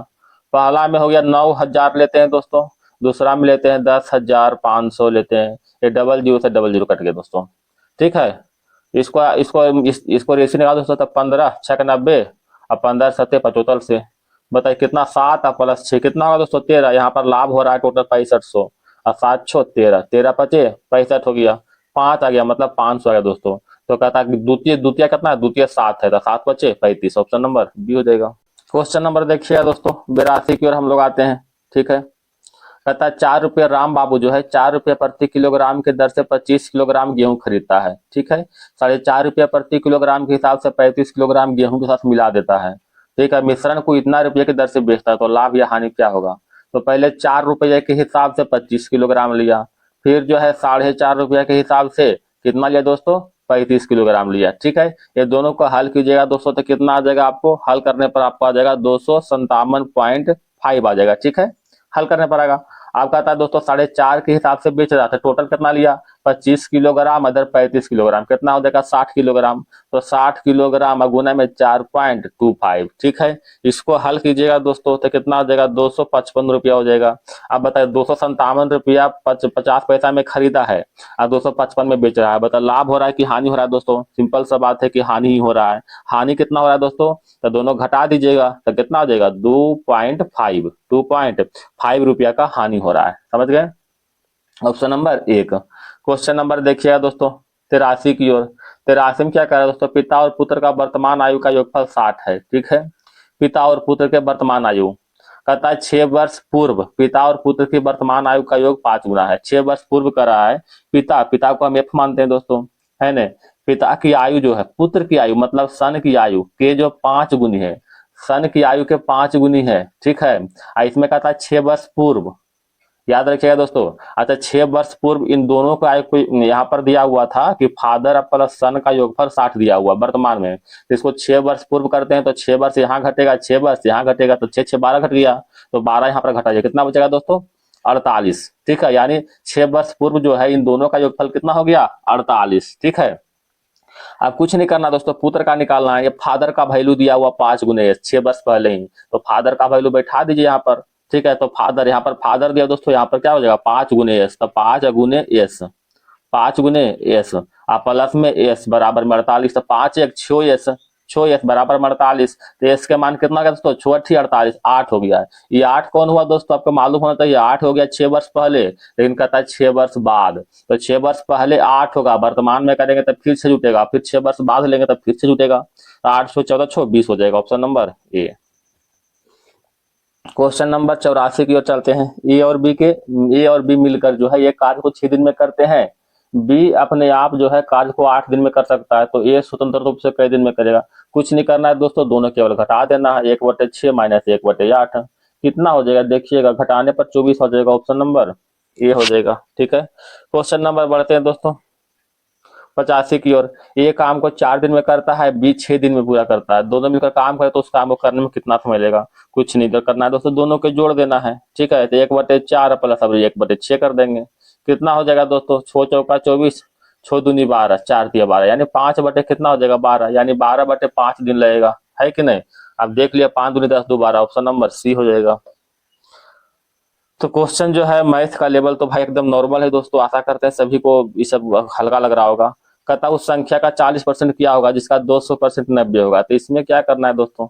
ठीक है, उस संख्या का 40% क्या होगा जिसका 200% 90 होगा, तो आप ध्यान दीजिएगा 200% बराबर 90 दिया हुआ है। ठीक है, तो इसको इसको 200% को 40% में कन्वर्ट करना है, तो 40% में कन्वर्ट करने के लिए 5 से डिवाइड कर दे इधर, क्या 40 आ जाएगा, है 40 आ जाएगा ने, तो इधर भी 5 से डिवाइड कर दीजिए, कितना आ जाएगा 18/90, यानी 40% का वैल्यू कितना हो जाएगा 18। ऑप्शन नंबर ए हो जाएगा, है कि नहीं। क्वेश्चन नंबर आइए दोस्तों 87 की ओर चलते हम लोग हैं। कहता है किसी संख्या के 2/9 का 3/7 का 1/3 16, किसी संख्या को x मानते हैं, 2/9 का 3/7 का 1/3 बराबर 16 हो जाएगा। तो 3 से 3 गया दोस्तों, 2 8 16। ठीक है, तो x का मान कितना हो जाएगा 8 गुना में 9 गुना में 7 होगा x का मान।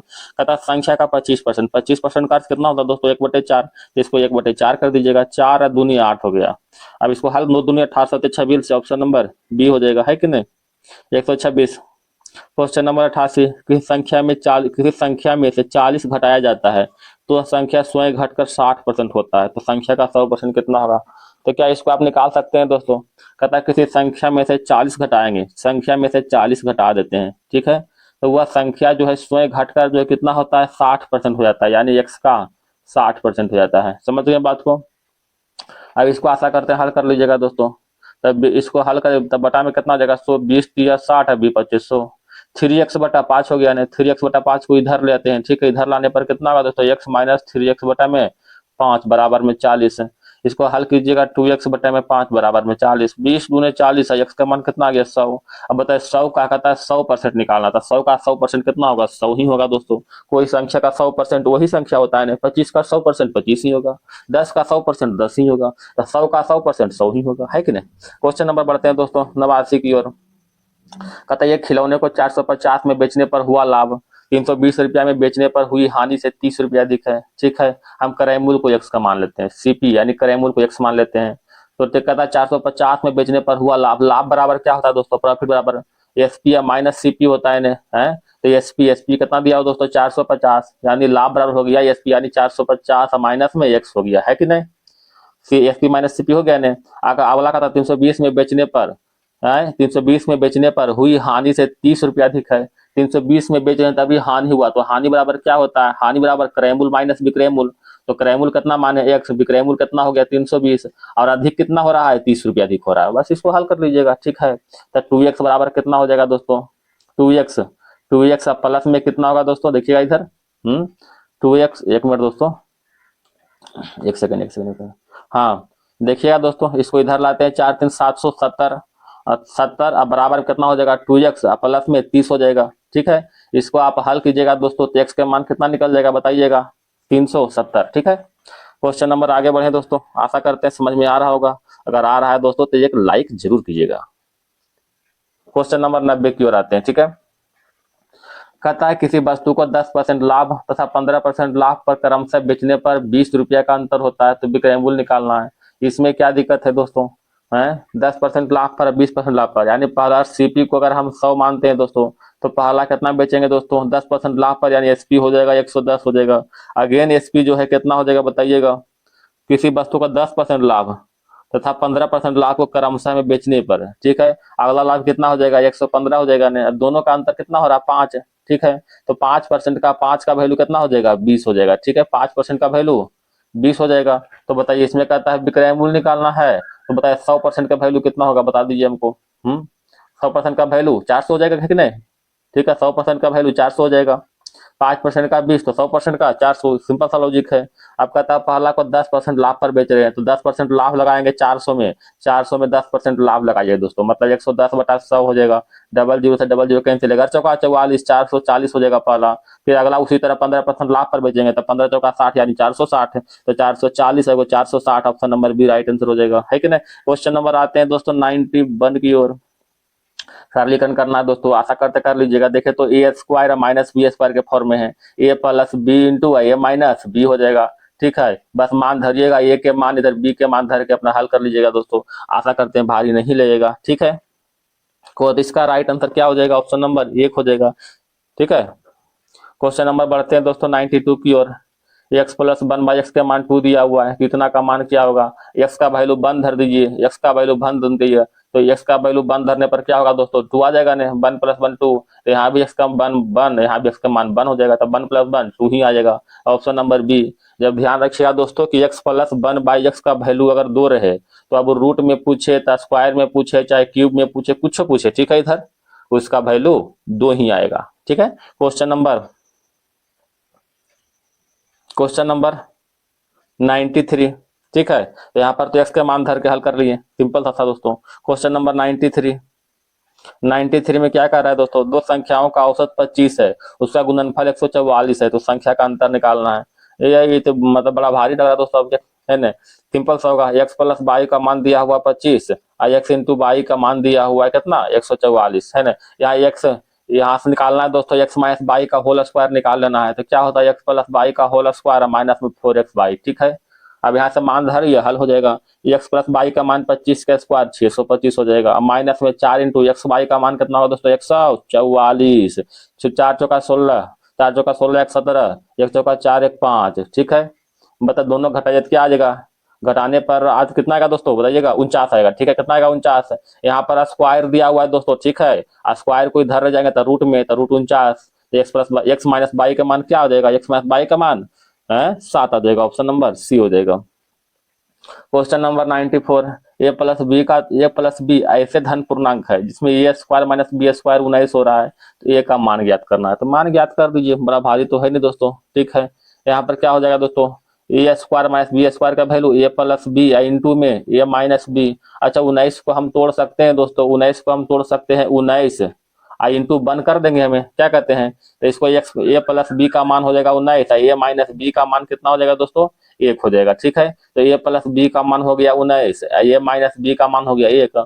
अब अगर अगर इसमें जो ए का मान निकालना है जो दोस्तों, तो जोड़ के दूसरे भाग कर दीजिए, यानी ए का मान निकालेंगे तो जोड़ के दूसरे भाग, यानी 19 1 20/2 10 हो जाएगा, है ना। बी का मान निकालना है तो घटा के दूसरे भाग, तो 19 में से 1 गया 18/2, यानी कितना हो जाएगा, 9 हो जाएगा। बाकी अपने तरीका से भी आप निकाल सकते हैं, तो 10 9 ऑप्शन नंबर हो जाएगा। ठीक है, तो कहता है ए का मान निकालना, ए का मान 10 हो रहा है, ऑप्शन नंबर देखिए डी हो रहा है। ठीक है, क्वेश्चन नंबर आगे बढ़ते हैं दोस्तों।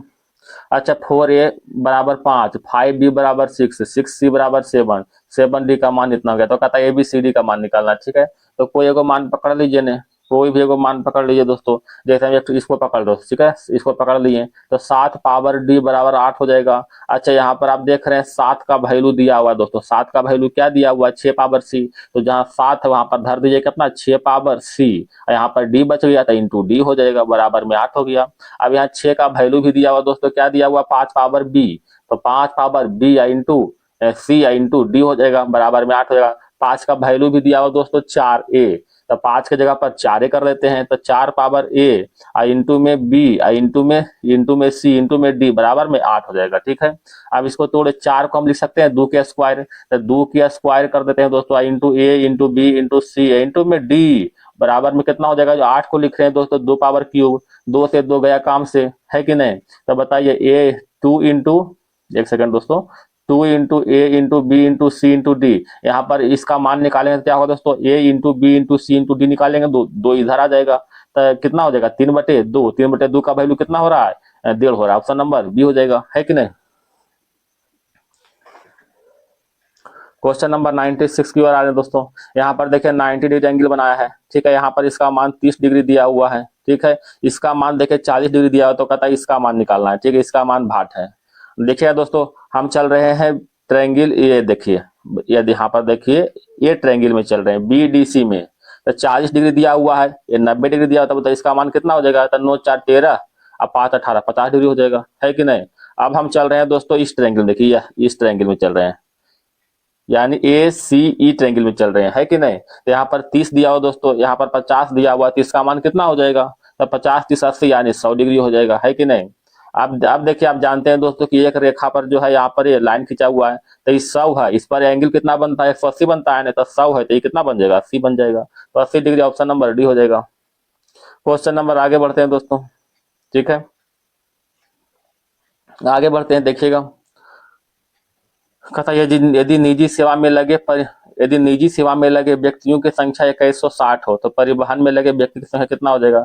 तो निजी सेवा में 2160 दिया हुआ, यहाँ पर निजी सेवा में दिया हुआ है 25 डिग्री। ठीक है, तो परिवहन में पूछ रहा है, परिवहन में 40 है, तो 40 से गुना कर दीजिएगा। ठीक है, समझ रहे हैं बात को, इसको हल कीजिएगा दोस्तों, तो इसका राइट आंसर क्या हो जाएगा, इसको तो हल करने की आवश्यकता भी नहीं दोस्तों। ठीक है, आप देख रहे हैं दोस्तों, ये जो दुगुना से जो है 25 और 40 में देख रहे हैं दोस्तों, दुगुना से थोड़ा सा कम है। ठीक है, यानी 2160 से अधिक होगा, तो 2160 से अधिक, ये तो दुगुना से थोड़ा सा कम नहीं, बहुत कम है दोस्तों, ये दुगुना से देखिए अधिक हो रहा है, कैंसिल हो जाएगा, दुगुना से अधिक हो रहा है, कैंसिल हो जाएगा, तो ऑप्शन नंबर केवल एक ही बच रहा है, बिना हल किए हुए आंसर हो जाएगा, है कि नहीं। क्वेश्चन नंबर, तो इसी तरह टाइम बचता है दोस्तों, अगर आप इसको हल करते रहिएगा तो फिर तो कम से कम 20-25 सेकंड अधिक समय लगेगा नहीं। क्वेश्चन नंबर आगे बढ़ते हैं दोस्तों, कहता है इतना रुपया का 8% की दर से 9 माह का चक्रवृद्धि ब्याज ज्ञात करना है। ठीक है, जबकि ब्याज तिमाही हो, आपको मालूम होगा दोस्तों, जब ब्याज तिमाही होता है तो रेट को 4 से डिवाइड करते हैं, तो रेट 8% है, तो 4 से डिवाइड करेंगे तो कितना हो जाएगा, नहीं 2% हो जाएगा, समझ गए। और इसको जो समय को जो है, समय को भी जो है ये जो 4 से डिवाइड होता है, समय को भी 4 से डिवाइड होता है, तो समय 9 माह है दोस्तों। ठीक है, तो 9 माह को 4 से हम डिवाइड कर सकते हैं, समझ गए बात को।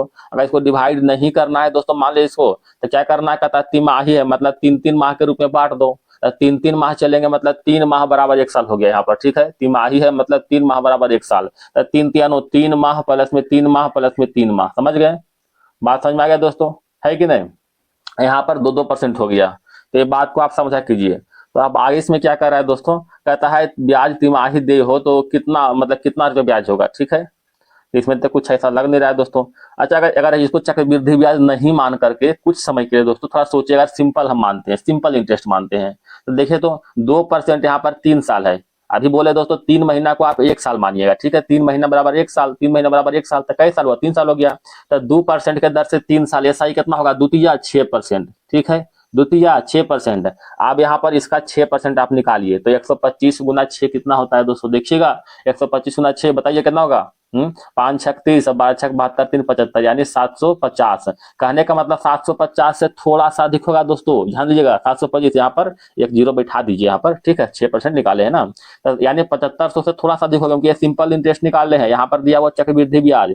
तो 7500 से थोड़ा सा अधिक कौन है, देखिए एक ही वो है, ये ऑप्शन नंबर बी, बिना हल किए भी आंसर हो गया, है कि नहीं। तो इस तरह थोड़ा सा सेंस लगाते रहिएगा, अच्छा रहेगा। क्वेश्चन नंबर बढ़ते हैं दोस्तों 99 की ओर। ये सरल करना है दोस्तों, इसको आप हल कर लीजिएगा, ठीक है। 99 का आंसर कितना हो जाएगा बताते हैं दोस्तों, ऑप्शन नंबर ए हो जाएगा, है कि नहीं। क्वेश्चन नंबर 100 की ओर आते हैं। कहता है एक नाव धारा के दिशा में 2 घंटे में 16 किलोमीटर की दूरी तय करता है, जबकि धारा के विपरीत इतना ही दूरी तय करने में 4 घंटा लेता है, ठीक है। तो धारा के दिशा में 2 घंटा, ठीक है, ध्यान दीजिएगा। तो 2 घंटा में धारा का दिशा में था, 2 घंटा में 16, तो 1 घंटा में कितना हो दोस्तों, इसका स्पीड निकालेंगे तो कहाँ भाग गया, तो स्पीड निकालेंगे तो 8 किलोमीटर प्रति घंटा हो जाएगा, ठीक है, 2 8 16, समझ गए बात को। ये धारा का विपरीत चलते हैं अभी दोस्तों, कहता वही दूरी यानी 16 किलोमीटर की दूरी जो है 4 घंटा का समय लेता है, तो 4 चौका 16, तो धारा का अपोजिट कितना हो जाएगा, 4 किलोमीटर प्रति घंटा हो जाएगा, ठीक है। अब कहता है शांत जल में नाव की चाल क्या होगा, तो शांत जल में नाव की चाल क्या होता है, धारा के दिशा में नाव की चाल और प्लस में जो है धारा के अपोजिट नाव की चाल बाई 2, यानी दोनों के जोड़ के 2 से डिवाइड करना है, ठीक है। तो 8 4 12 बाई 2, 8 + 4 बाई 2 कितना होगा दोस्तों, 6 किलोमीटर प्रति घंटा हो जाएगा, समझ गए बात को। क्वेश्चन नंबर बढ़ते हैं दोस्तों 101 की ओर। 101 में क्या कह रहा है देखे तो, अब रीजनिंग आ गया दोस्तों, ठीक है। कहता है इसमें देखिएगा दोस्तों 101 में देखते हैं, ठीक है। कहता 2513 माइनस 2513 दिया हुआ, यहाँ पर 20 दिया हुआ, कुछ सीरीज में दिया हुआ है और इसके अनुसार ही इसका ऑप्शन चुनना है, ठीक है। तो पहले इन सभी को जोड़ते हैं दोस्तों, जोड़िएगा तो 2 + 2 + 5 + 1 + 3 कितना होगा, 5 2 7 1 8 3 11, ठीक है। अच्छा 11 को 2 से गुना करते हैं दोस्तों, कितना होता है 22, 22 में से 2 घटाते हैं तो कितना होता है दोस्तों, 20 होता है, ठीक है। यानी कहने का मतलब ये हुआ सभी अंकों का जोड़ गुना 2 और माइनस में 2 करेंगे। यहाँ भी देखिएगा 4 + 2 6 प्लस 1 7 3 10, 10 को करेंगे 2 से गुना और माइनस में 2 कर देंगे, कितना हो जाएगा 18। इसमें आप देख लीजिए कौन सा हो जाएगा। इसको देखते हैं दोस्तों, ऑप्शन नंबर ए को पकड़ते हैं, तो 3 प्लस में 1 प्लस में 2 प्लस में 2 कितना होगा, 2 2 4 1 5 3 8, 8 गुने 2 करेंगे कितना होगा 16, 16 में से 2 करेंगे तो 14, ऑप्शन नंबर ए बिल्कुल सही हो रहा है, ठीक है। क्वेश्चन नंबर देखिए दोस्तों 102 की ओर चलते हैं। 102 में क्या करा दोस्तों, कुछ नहीं करना, इसका जो पावर बैठाया हुआ है, यानी 8 पावर अगर 2 करते हैं तो कितना आता है 64, 12 के पावर 1 बैठा दीजिए तो कितना होगा 12।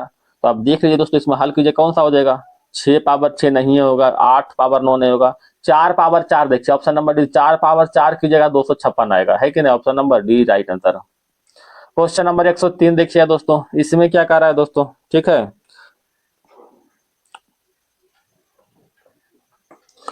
ध्यान दीजिएगा दोस्तों, इन दोनों पहले गुना के दोस्तों, तो 5 गुने 3 कितना होता है, 5 गुने 3 कितना होता है 15, ठीक है, 5 गुने 3 15। अब 15 में कितना जोड़ेंगे ताकि 32 आएगा, तो 17 जोड़ देंगे तो कितना आ जाएगा 32, यानी 17 को हम जोड़ रहे हैं दोस्तों, ध्यान दीजिएगा। 9 गुना 1 करते हैं प्लस में 17 जोड़ते हैं, तो क्या 26 आ रहा है, बिल्कुल आ रहा है दोस्तों। अब इसको भी देख लीजिएगा तो क्या आंसर हो जाएगा, तो 5 गुने 6 करेंगे 6 5 30, तो ऐसे भी ढेर दिखा रहा है दोस्तों, ये तो खत्म हो गया। 6 गुना 1 करेंगे तो 6, 6 गुना 1 करेंगे 6, 6 प्लस में 17, 17 6 23, option number C is right answer. Question number देखिएगा 104, कहता है सभी झीलें नदियां हैं, सभी झील जो है, सभी झील नदियां के अंतर्गत है, नदी के अंतर्गत है, ठीक है। कहता है सभी नदी बांध है, एक सेकेंड दोस्तों भाग रहा है, सभी नदी बांध है, सभी नदी जो है बांध के अंतर्गत आ गया, ठीक है। अब कहता है कम से कम कुछ बांध झील है, कम से कम कुछ बांध झील है, बिल्कुल झील है दोस्तों। सभी नदियां झील है, कहता सभी नदी झील है, नहीं सभी नदी झील नहीं है, सभी झील नदियां है लेकिन सभी नदियां झील नहीं है, तो केवल और केवल एक सही हुआ, ऑप्शन नंबर देखिएगा तो क्या होगा दोस्तों, ऑप्शन नंबर बी, है कि नहीं। क्वेश्चन नंबर देखिएगा 105 नंबर, कहता कुछ अंगूठी चूड़ियां है, कुछ अंगूठी कुछ अंगूठी जो है चूड़ी के अंतर्गत है, ठीक है, चूड़ी के अंतर्गत है। कुछ चूड़ी पायल है, कुछ चूड़ी जो है पायल है, ठीक है। कोई पायल झुमका नहीं है, कोई पायल जो है झुमका नहीं है, ठीक है, झुमका नहीं है, ठीक है। तो अब इसमें क्या कह रहा है दोस्तों, ध्यान दीजिएगा। कहता है सभी अंगूठी को पायल होने की संभावना है, तथा सभी अंगूठी को पायल होने की संभावना है, बताइएगा। सभी अंगूठी को पायल होने की संभावना है, यहाँ पर संभावना व्यक्त कर रहा है दोस्तों। तो संभावना हो भी सकता है, कैसे होगा देखिएगा, हम फिगर इसको फिर से बनाते हैं, ठीक है। अंगूठी, चूड़ी, ठीक है। कहता है कुछ चूड़ी पायल है, हम कुछ चूड़ी पायल को हम तो इस तरह से भी कर सकते हैं दोस्तों, ये देखिए इस तरह से, कुछ चूड़ी पायल है, क्या ऐसे कर सकते हैं? आप बताइए क्या हो रहा है, कुछ चूड़ी पायल भी हो रहा है और ये जो पूरा अंगूठी जो है पायल के अंदर समा भी गया है। तो संभावना करा ना करा कंफर्म है, तो संभावना के अनुसार ये राइट आंसर हो जाएगा, क्योंकि हो रहा है, ठीक है, दूसरा कृति के अनुसार। कहता है सभी चूड़ी कभी कभी जो है झुमके नहीं, सभी चूड़ी कभी भी झुमके नहीं होते, बिल्कुल सही बात दोस्तों। सभी चूड़ी जो है कभी झुमका होगा, बिल्कुल नहीं होगा, ठीक है, क्योंकि पायल ही झुमका नहीं है। तो फिर सभी चूड़ी कैसे हो जाएगा, बिल्कुल गलत हो गया। तो केवल, तो ये जो है तो इसमें ए भी सही है दोस्तों। तो एक और दो दोनों सत्य हो गया, ऑप्शन नंबर क्या हो जाएगा, डी हो जाएगा। क्वेश्चन नंबर बढ़ते हैं, क्वेश्चन नंबर 106 की ओर चलते हैं।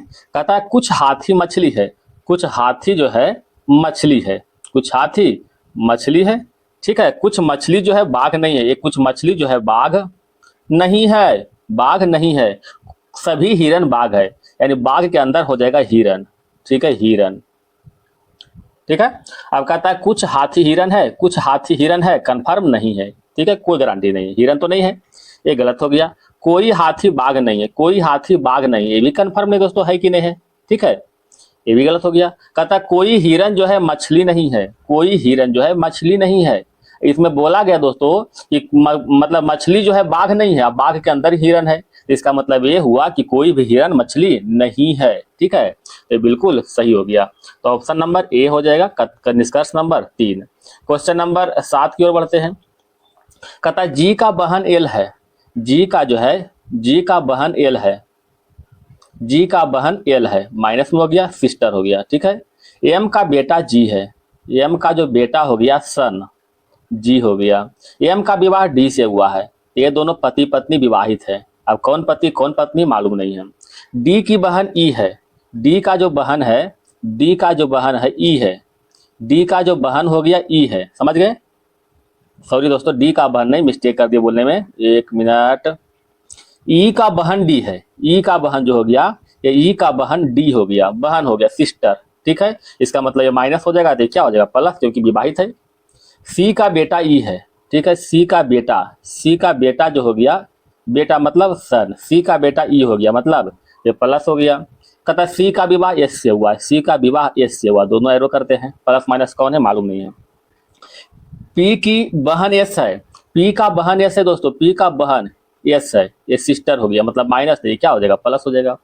अच्छा इसमें का तो एल और ई से क्या संबंध है देख लीजिए। अब ये दोनों भाई बहन हो गया, ठीक है, ये दोनों क्या हो गया, भाई बहन हो गया, माइनस में था ये जो इसका बेटा है, मतलब ये क्या होगा दोस्तों, एंड ये क्या है, ये जो प्लस में था पिता, क्योंकि विवाहित है ना, ठीक है, ये तो इसका पिता हो गया, ठीक है, और ये जो है इसका माता हो गया, ये क्या हो गया, इसका माता हो गया, ठीक है। अब माता के ये जो बहन है, तो माता के बहन क्या होगा, इसका मतलब ये हो गया कि ये जो हो गया बहन का बेटी, इसका बहन ई है, इसका बेटी ई है, ठीक है, ऑप्शन नंबर सी हो जाएगा। क्वेश्चन नंबर 108 आशा करते हैं कर लीजिएगा दोस्तों, ठीक है, इसी तरह का है, ठीक है। तो छोड़ते हैं क्वेश्चन, अगर नहीं बनेगा तो बोलिएगा, ठीक है, ऐसा कोई बात नहीं है। तो इसको ऑप्शन नंबर डी हो जाएगा। क्वेश्चन नंबर 9 देखते हैं, इसमें क्या कह रहा है दोस्तों, देखिएगा। अच्छा बी का, B R E A T H, B का वैल्यू कितना हो गया, बी का वैल्यू 2 हो गया, आर का वैल्यू 18 हो गया, और ई का वैल्यू 5 हो गया, ए का वैल्यू 1, टी का वैल्यू 20, एच का वैल्यू 8, ई का वैल्यू 5। कुल जोड़ते हैं दोस्तों, ई का वैल्यू 5, ठीक है। 18 2 20, 5 25, 1 26, 26 20 46, 46 4 50 4 54, और 54 इधर कितना हो गया दोस्तों, 54 5 59, ठीक है, 54 5 कितना हो गया 59, 59 हो गया दोस्तों। ए है ना। अब इसमें जो भावेल को निकालिए, ई हो गया, ए हो गया, और यहाँ ई हो गया, तो इन तीनों को जोड़िए, ई का वैल्यू कितना हो जाएगा, ई का वैल्यू 5 हो जाएगा, ई का वैल्यू फिर अगेन 5 हो जाएगा, ए का वैल्यू अगेन 1 हो जाएगा, फिर ई का वैल्यू अगेन 5 हो जाएगा। फिर जोड़िए इसको, 5 5 10 और 11, तो 59 प्लस 11 करेंगे कितना हो जाएगा दोस्तों 70। ठीक है, तो वैसे इसको भी कीजिए, जितना भी पहले टोटल वर्ड को जोड़ दीजिए, उसके बाद वॉवेल को भी अलग से जोड़िए फिर से और सब जोड़ के लिखिए। तो टी का वैल्यू कितना हो जाएगा, टी का 20, आर के 18, 18, ए का 1 हो गया, जी का 7, ई का 5, डी का 4, बाई के 25 हो गया दोस्तों। 25 4 29, 29 5 29 5 34, 34 6 40, 41, 1 42, 8 50, 10 60, 60 और 20 कितना हो गया दोस्तों 80। ठीक है, अब इसमें वॉवेल देखते हैं, वॉवेल कौन सा है। वॉवेल यहाँ ए है, ये वॉवेल हो गया। ठीक है, यहाँ पर ई वॉवेल है, ई मतलब 5 वॉवेल हो गया, और कुछ नहीं दोस्तों। तब 5 1 कितना हो जाएगा, 5 1 6, 5 1 6, 80 86, ऑप्शन नंबर डी हो जाएगा। अच्छा, इसमें क्या कहा दोस्तों, ध्यान दीजिएगा, इसमें लिखा हुआ है GLOBAL। ठीक है, जी का अपोजिट, जी का अपोजिट क्या होता है दोस्तों, जी का अपोजिट टी होता है, जी का अपोजिट टी, टी का वैल्यू होता है कितना 20, टी का वैल्यू 20। एल का अपोजिट होता है दोस्तों ओ का वैल्यू 15। ठीक है, और ओ का अपोजिट होता है दोस्तों एल का वैल्यू कितना होता है, एल का वैल्यू 12। इधर देखिए बी का अपोजिट क्या होगा दोस्तों, बाई का वैल्यू 25, बी का बाई का वैल्यू 25। ठीक है, ए का वैल्यू होता है दोस्तों जेड का कितना होगा दोस्तों, जेड का हो जाएगा 26, जेड का 26 हो जाएगा। ठीक है, एल का ओ का कितना होता है दोस्तों, ओ का वैल्यू 15। ठीक है, एल का ओ का वैल्यू 15। ठीक है, अब इसमें क्या करना है दोस्तों, 20 में 2 जोड़िएगा कितना हो जाएगा 22, 15 में 2 जोड़िएगा 17 हो जाएगा। ठीक है, 20 में 2 जोड़ेंगे 22, देखिए 22 यहाँ लिखा हुआ है। ठीक है, 15 में 2 जोड़िएगा 17, यहाँ देखिए 17 लिखा हुआ है। ठीक है, 12 में 2 जोड़िएगा 14, यहाँ पर देखिए 14 लिखा हुआ है। ठीक है, यानी कहने का मतलब ये हुआ, जो वर्ड है उसका अपोजिट करके जो है उसमें 2 जोड़ना है। तो आइए दोस्तों देखते हैं, आई का अपोजिट क्या होता है, आई का अपोजिट आर होता है।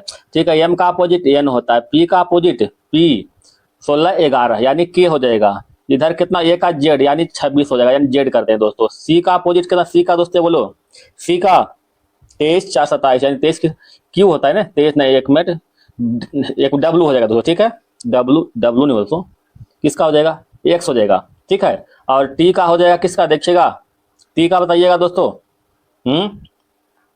टी का एफ हो जाएगा, टी का जी। ठीक है, टी का क्या होगा, जी हो जाएगा। ठीक है, देखिएगा आर के 18, अब 18 2 कितना हो जाएगा 20, यहाँ पर देखिए 20 लिखा हुआ है, यहाँ भी 20 लिखा हुआ है। ठीक है, एन का 14, 14 प्लस 2 16, 16 दोनों में लिखा हुआ है दोस्तों। ठीक है, अच्छा लास्ट देखो दोस्तों, यहाँ पर लास्ट में लिखा 6 9, यहाँ पर 5 9 है। देखिए लास्ट में क्या होगा, जी का 7 और 7 दोनों में लिखा हुआ दोस्तों। ठीक है, यहाँ पर एक्स का क्या हो रहा है दोस्तों, एक्स का 24, 24 2 26, 26 देखिए यहाँ पर 26 लिखा हुआ, तो ऑप्शन नंबर बी हो जाएगा। क्वेश्चन नंबर 11 की ओर आते हैं, देखिएगा यहाँ देखो 6 का क्यूब किया हुआ 16, 6 का क्यूब 16, 8 का क्यूब 512, 10 का क्यूब 1000, ये तो बैठा हुआ दोस्तों। आगे देखते हैं, यहाँ पर देखिए 6 का जो है पहले क्या करना है दोस्तों, 6 का स्क्वायर कीजिए। ठीक है, 6 का स्क्वायर करते हैं, 6 का स्क्वायर और प्लस में जो है 6 का स्क्वायर और गुना में जो 1 कम कीजिएगा, मतलब 5 हो जाएगा। ठीक है, 6 का स्क्वायर गुना 5, इसी तरह 8 के स्क्वायर कीजिएगा और गुना में क्या हो जाएगा 1 कम यानी 7। ठीक है, तो 6 का स्क्वायर 36 5 180 हो रहा है, 8 के स्क्वायर 8 64 गुना 7 करेंगे तो 7 चौका 28 आ रहा है दोस्तों, 448। ठीक है, 448। अब इसी तरह 10 के स्क्वायर करेंगे दोस्तों, 10 के स्क्वायर और गुना में माइनस में 9 करेंगे, 10 के स्क्वायर और गुना में 9। ठीक है, 1 कम करना है ना, कितना हो जाएगा 900, ऑप्शन नंबर सी हो जाएगा। क्वेश्चन नंबर आगे देखिएगा, इसमें अपोजिट निकालना है दोस्तों। अपोजिट कैसे निकलेगा बताइएगा हमें। आई थिंक इसका जो ए होता है और इसका ए होता है और इसका ए होता है कि नहीं, वही ना होता है दोस्तों। तो कहता है 6 का, तो 6 का अपोजिट क्या हो जाएगा 8 हो जाएगा, है कि नहीं, 6 का अपोजिट 8 हो जाएगा, ऑप्शन नंबर डी हो जाएगा ना। क्वेश्चन नंबर देखिएगा 113 की ओर, कहता है क्यू के विपरीत क्या होगा। देख रहे हैं क्यू का विपरीत, क्यू भी जेड, यहाँ पर देखिए भी मिल रहा है दोस्तों, भी समान फलक पर मिल रहा है, तो कुछ नहीं करना है दोस्तों, इसको जो है क्लॉक वाइज जो बैठा दिया करो, यानी भी उसके बाद जेड उसके बाद क्यू। ठीक है, तो भी जेड और क्यू हो गया, फिर भी एल और टी, भी एल और टी, तो क्यू का अपोजिट क्या देखो, क्यू का अपोजिट टी हो जाएगा, ऑप्शन नंबर 1 हो जाएगा, है कि नहीं। क्वेश्चन नंबर देखिएगा दोस्तों 14 की ओर, ये तो क्वेश्चन है दोस्तों, ये तो आप बना सकते हैं, चलिए बता देते हैं। कहता मुकेश अपने जो है मुकेश अपने कार्यालय से सीधे जो है 12 किलोमीटर चलता है, करने चलता है मालूम नहीं, कहीं चल देते हैं, ठीक है। चलते हैं 12 किलोमीटर, चल दिए, ठीक है। कहता हुआ जो 45 डिग्री दाएं मुड़ता है, 45 डिग्री हमको दाएं मुड़ना है, मुड़ गए। और 8 किलोमीटर चलता है, 8 चलता है, ठीक है, समझ गए बात को, 8 चलता है। हाँ, अब आगे देखते हैं, कहता है वह यहाँ से वह बाएं मुड़ता है और 7 चलता है। यहाँ से जो है वो बाएं मुड़ता है दोस्तों, ठीक है, बाएं मुड़ेगा और 7 चलेगा, ठीक है, बाएं मुड़ा और 7 चला, समझ गए बात को। अब कहता है दोस्तों अंत में जो वह बाएं मुड़ता है फिर 11 चलता है, अंत में जो है बाएं मुड़ता है, ठीक है, बाएं मुड़ता है फिर 11 चलता है, ठीक है, बाएं मुड़ता है फिर 11 चलता है, समझ गए बात को दोस्तों। अब कहता है यदि वह अंत में जो उत्तर पश्चिम जा रहा है दोस्तों, आप देख रहे हैं लोकेशन उत्तर पश्चिम ही जा रहा है, ठीक है, लोकेशन है क्या इधर उत्तर पश्चिम ही है, ठीक है। अगर उत्तर पश्चिम ही जा रहा है तो कहता है कार्यालय किस दिशा में चलना शुरू किया था, तो बताए कार्यालय जो है किस दिशा में जा रहा था, देखिए तो ये तो भाई है ना पूरब की ओर, है कि नहीं, ऑप्शन नंबर डी हो जाएगा। क्वेश्चन नंबर 15 देखिएगा, ई का देखिए क्या दिया दोस्तों, इसमें बैठाना है दोस्तों, ठीक है। 15 में देखिएगा ई का दिया हुआ एफ, यहाँ देखिए ई का एफ दिया हुआ है, ठीक है। एक और है दोस्तों, एक ई और है, इस देखिए इस ई का दिया हुआ एफ यहाँ पर, ठीक है। बाई का जो है जेड किया दोस्तों, बाई का जेड, ठीक है। और एस का टी किया हुआ है, समझ गए बात को। इसी तरह इसको भी कीजिएगा दोस्तों, यहाँ पर 1 2 3 4 गो बर्थडे, ठीक है। तो पहला वाला तीसरा में जा रहा है दोस्तों, तो पहला वाला तीसरा में जाएगा, ठीक है, आर के एस हो जाएगा, ठीक है। अब देखिए यहाँ पर दूसरा वाला जो है दूसरा वाला अंतिम में जा रहा है, दूसरा वाला देखिए अंतिम में जा रहा है, ठीक है। तो ई का एफ हो जाएगा, ठीक है, ई का एफ हो जाएगा। तीसरा वाला देखिए, तीसरा वाला जो है पहला में आ रहा है, तो एस का टी हो जाएगा, ठीक है। आप मिला के देख सकते हैं, एस एफ है कहीं, एस एफ दो में दोस्तों, ठीक है। देखिए पहला में टी है, पहला में टी यहाँ मिल रहा है, ऑप्शन नंबर सी हो जाएगा, समझ गए बात को दोस्तों। तो कुछ खास तो ऐसा नहीं था। क्वेश्चन नंबर देखिएगा 116 की ओर देखिएगा दोस्तों, इसमें क्या कह रहा है दोस्तों, कहता है CWE, ठीक है, CWE बताए सी का अपोजिट क्या होगा, सी का अपोजिट एक्स होगा, और एक्स में 2 जोड़ेंगे तो क्या हो जाएगा दोस्तों 26 यानी जेड बन जाएगा, ठीक है। डब्लू का अपोजिट क्या होगा दोस्तों, डब्लू का अपोजिट है, डब्लू का अपोजिट डी हो जाएगा, डी में 2 जोड़ेंगे तो कितना हो जाएगा एफ हो जाएगा, ठीक है। ई का अपोजिट कितना, ई का अपोजिट भी में 2 जोड़ेंगे कितना होगा दोस्तों एक्स हो जाएगा। देखिए जेड एफ एक्स है, जेड एफ एक्स यानी जो है उल्टा करके 2 जोड़ना है। तो बताइए के का उल्टा क्या होगा दोस्तों, बताइएगा, के का उल्टा पी हो जाएगा, 1 मिनट, के का उल्टा क्या होगा दोस्तों बताइएगा,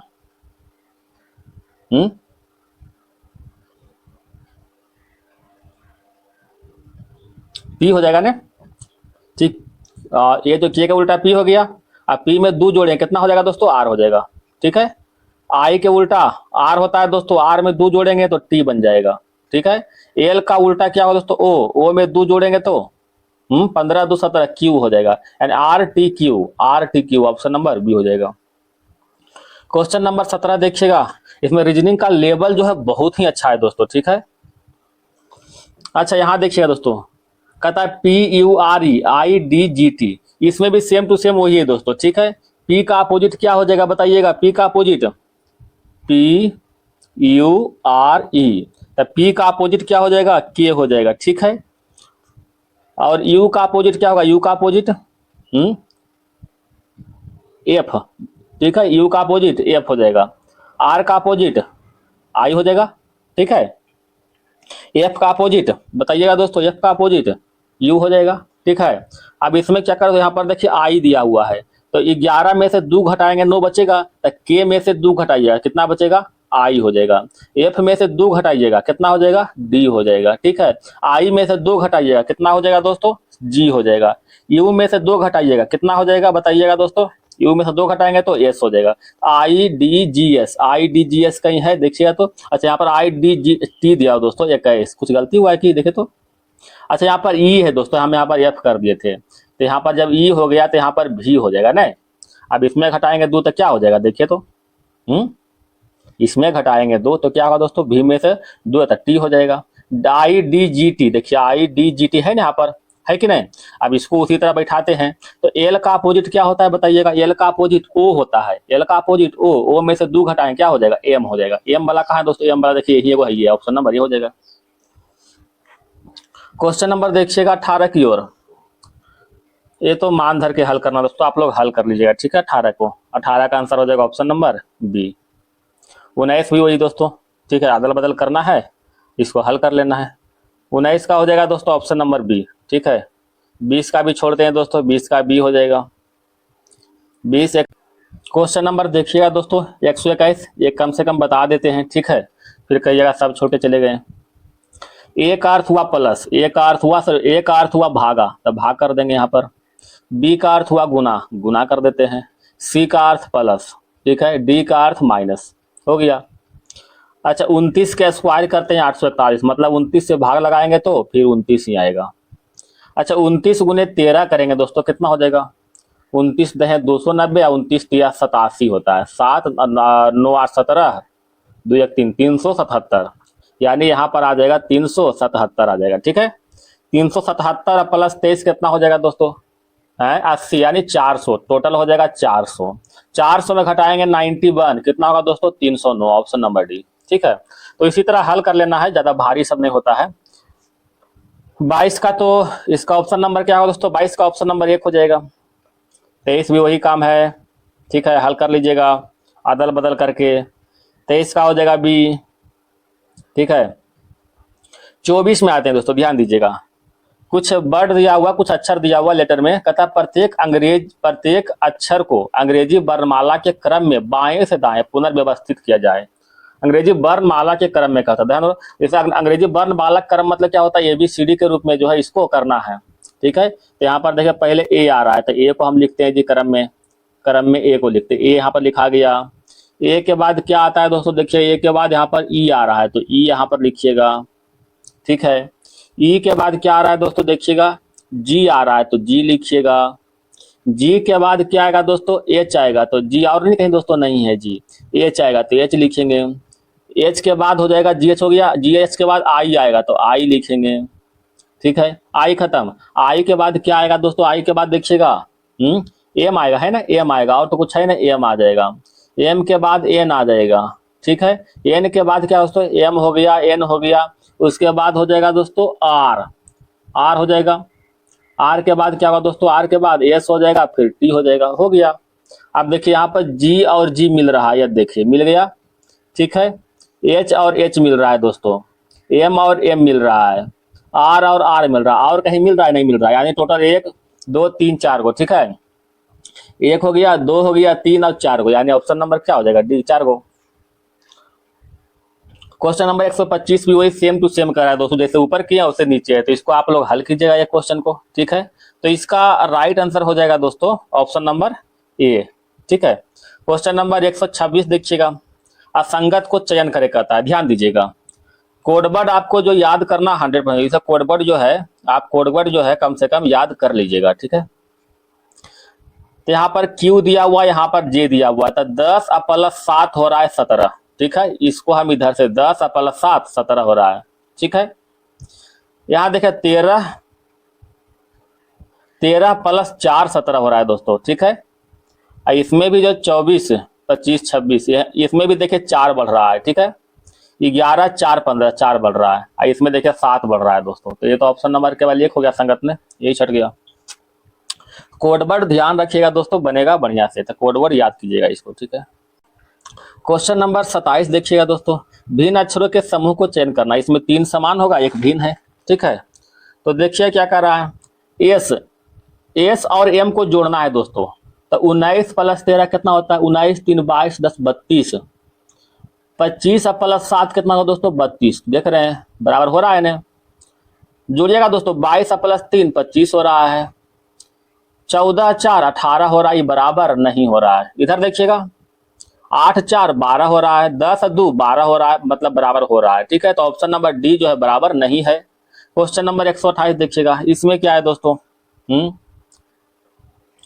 इसमें देखिए 4 प्लस 2 जुट रहा है दोस्तों, ठीक है। और यहाँ पर देखिए इधर से जो है 5 घट रहा है, माइनस में 5, या फिर इधर से जो है 5 जोड़ सकते हैं, 1 प्लस 5 6 हो रहा है, समझ गए बात को। 16 प्लस 2 18 हो रहा है और 13 प्लस 5 18 हो रहा है। ठीक है, यहाँ देखिएगा दोस्तों 19 प्लस 2 21 हो रहा है और 17 प्लस 4 21 हो रहा है दोस्तों, ये गलत हो गया। ठीक है, ऑप्शन नंबर डी हो जाएगा। क्वेश्चन नंबर 129, ये तो क्रम में बैठाना है दोस्तों, तो पहले क्या आ जाएगा, छोटा सा लीजिएगा। तो छोटा में क्या आ जाएगा दोस्तों, नगर आ जाएगा, है ना। नगर के अंदर शहर, नगर के अंदर शहर आ जाएगा। शहर के अंदर ये जो शहर किसके एक मिनट पहले नगर, ठीक है, और फिर शहर के अंदर अंतर्गत नगर, उसके बाद हो जाएगा दोस्तों जिला, फिर राज्य, फिर देश, है कि नहीं। तो ऑप्शन नंबर सी हो जाएगा। क्वेश्चन नंबर 30, फिंगर को प्रत्येक अक्षर को अंग्रेजी वर्णमाला के क्रम में व्यवस्थित कीजिए, कितने अक्षरों का स्थान अपरिवर्तित रहेगा। ऊपर बता चुके हैं दोस्तों, अंग्रेजी वर्णमाला के क्रम में बैठा दीजिएगा।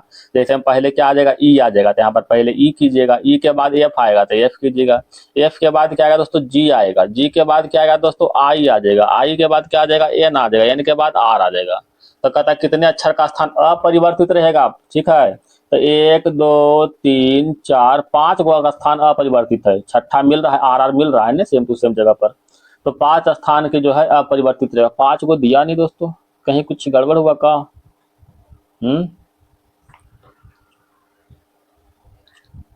अच्छा, अपरिवर्तित रहा है दोस्तों, परिवर्तित नहीं कर रहा है, तो केवल एक स्थान जो है अपरिवर्तित रहा है। ठीक है, यानी सेम टू सेम जगह पर। ऑप्शन नंबर हो जाएगा बी। थोड़ा सा मिस्टेक कर रहे थे ना। ये तो शब्दकोश है दोस्तों, आशा करते हैं इसको तो हल कर लीजिएगा। ऑप्शन नंबर ये हो जाएगा। कुल वर्ग की संख्या निकालना है दोस्तों। ठीक है, तो आप देख रहे हैं पहले इसमें, ये देखिए इस तरह का जो है 4 वर्ग है, दिख रहा है दोस्तों, 4 वर्ग हो गया, 4 हो गया। उसके बाद देखिएगा यहाँ पर इस तरह का, देखिएगा कलर चेंज करते हैं, इस तरह का दोस्तों, इस तरह का भी देख रहे हैं 4 वर्ग है कि नहीं, 4 वर्ग है, 4 4 8 हो गया। ठीक है, अब इसमें देखना है दोस्तों, एक हो गया देखिए बड़ा वाला, एक हो गया बड़ा वाला, ये देखिए बड़ा वाला 8 है, 1 9 हो गया, एक हो गया सबसे बड़ा वाला 9 1 10 हो गया। ऑप्शन नंबर ये हो जाएगा, है कि नहीं। 32 के बाद 33 आते हैं, कुछ डायग्राम दिया हुआ है। कहता है जो बालिका के संख्या को दर्शाती है, बालिका कहाँ है, बालिका ये देखिए इसमें दर्शाता है, इसमें फिक्स हो गया दोस्तों, इससे बाहर कुछ नहीं जाएगा। बालिकों की संख्या को दर्शाती है, साथ ही जो खिलाड़ी के साथ साथ नर्तकी हो। खिलाड़ी कहाँ देखिए दोस्तों, इसके अंतर्गत खिलाड़ी देखिए यहाँ से यहाँ तक आ रहा है खिलाड़ी। ठीक है, समझ गए।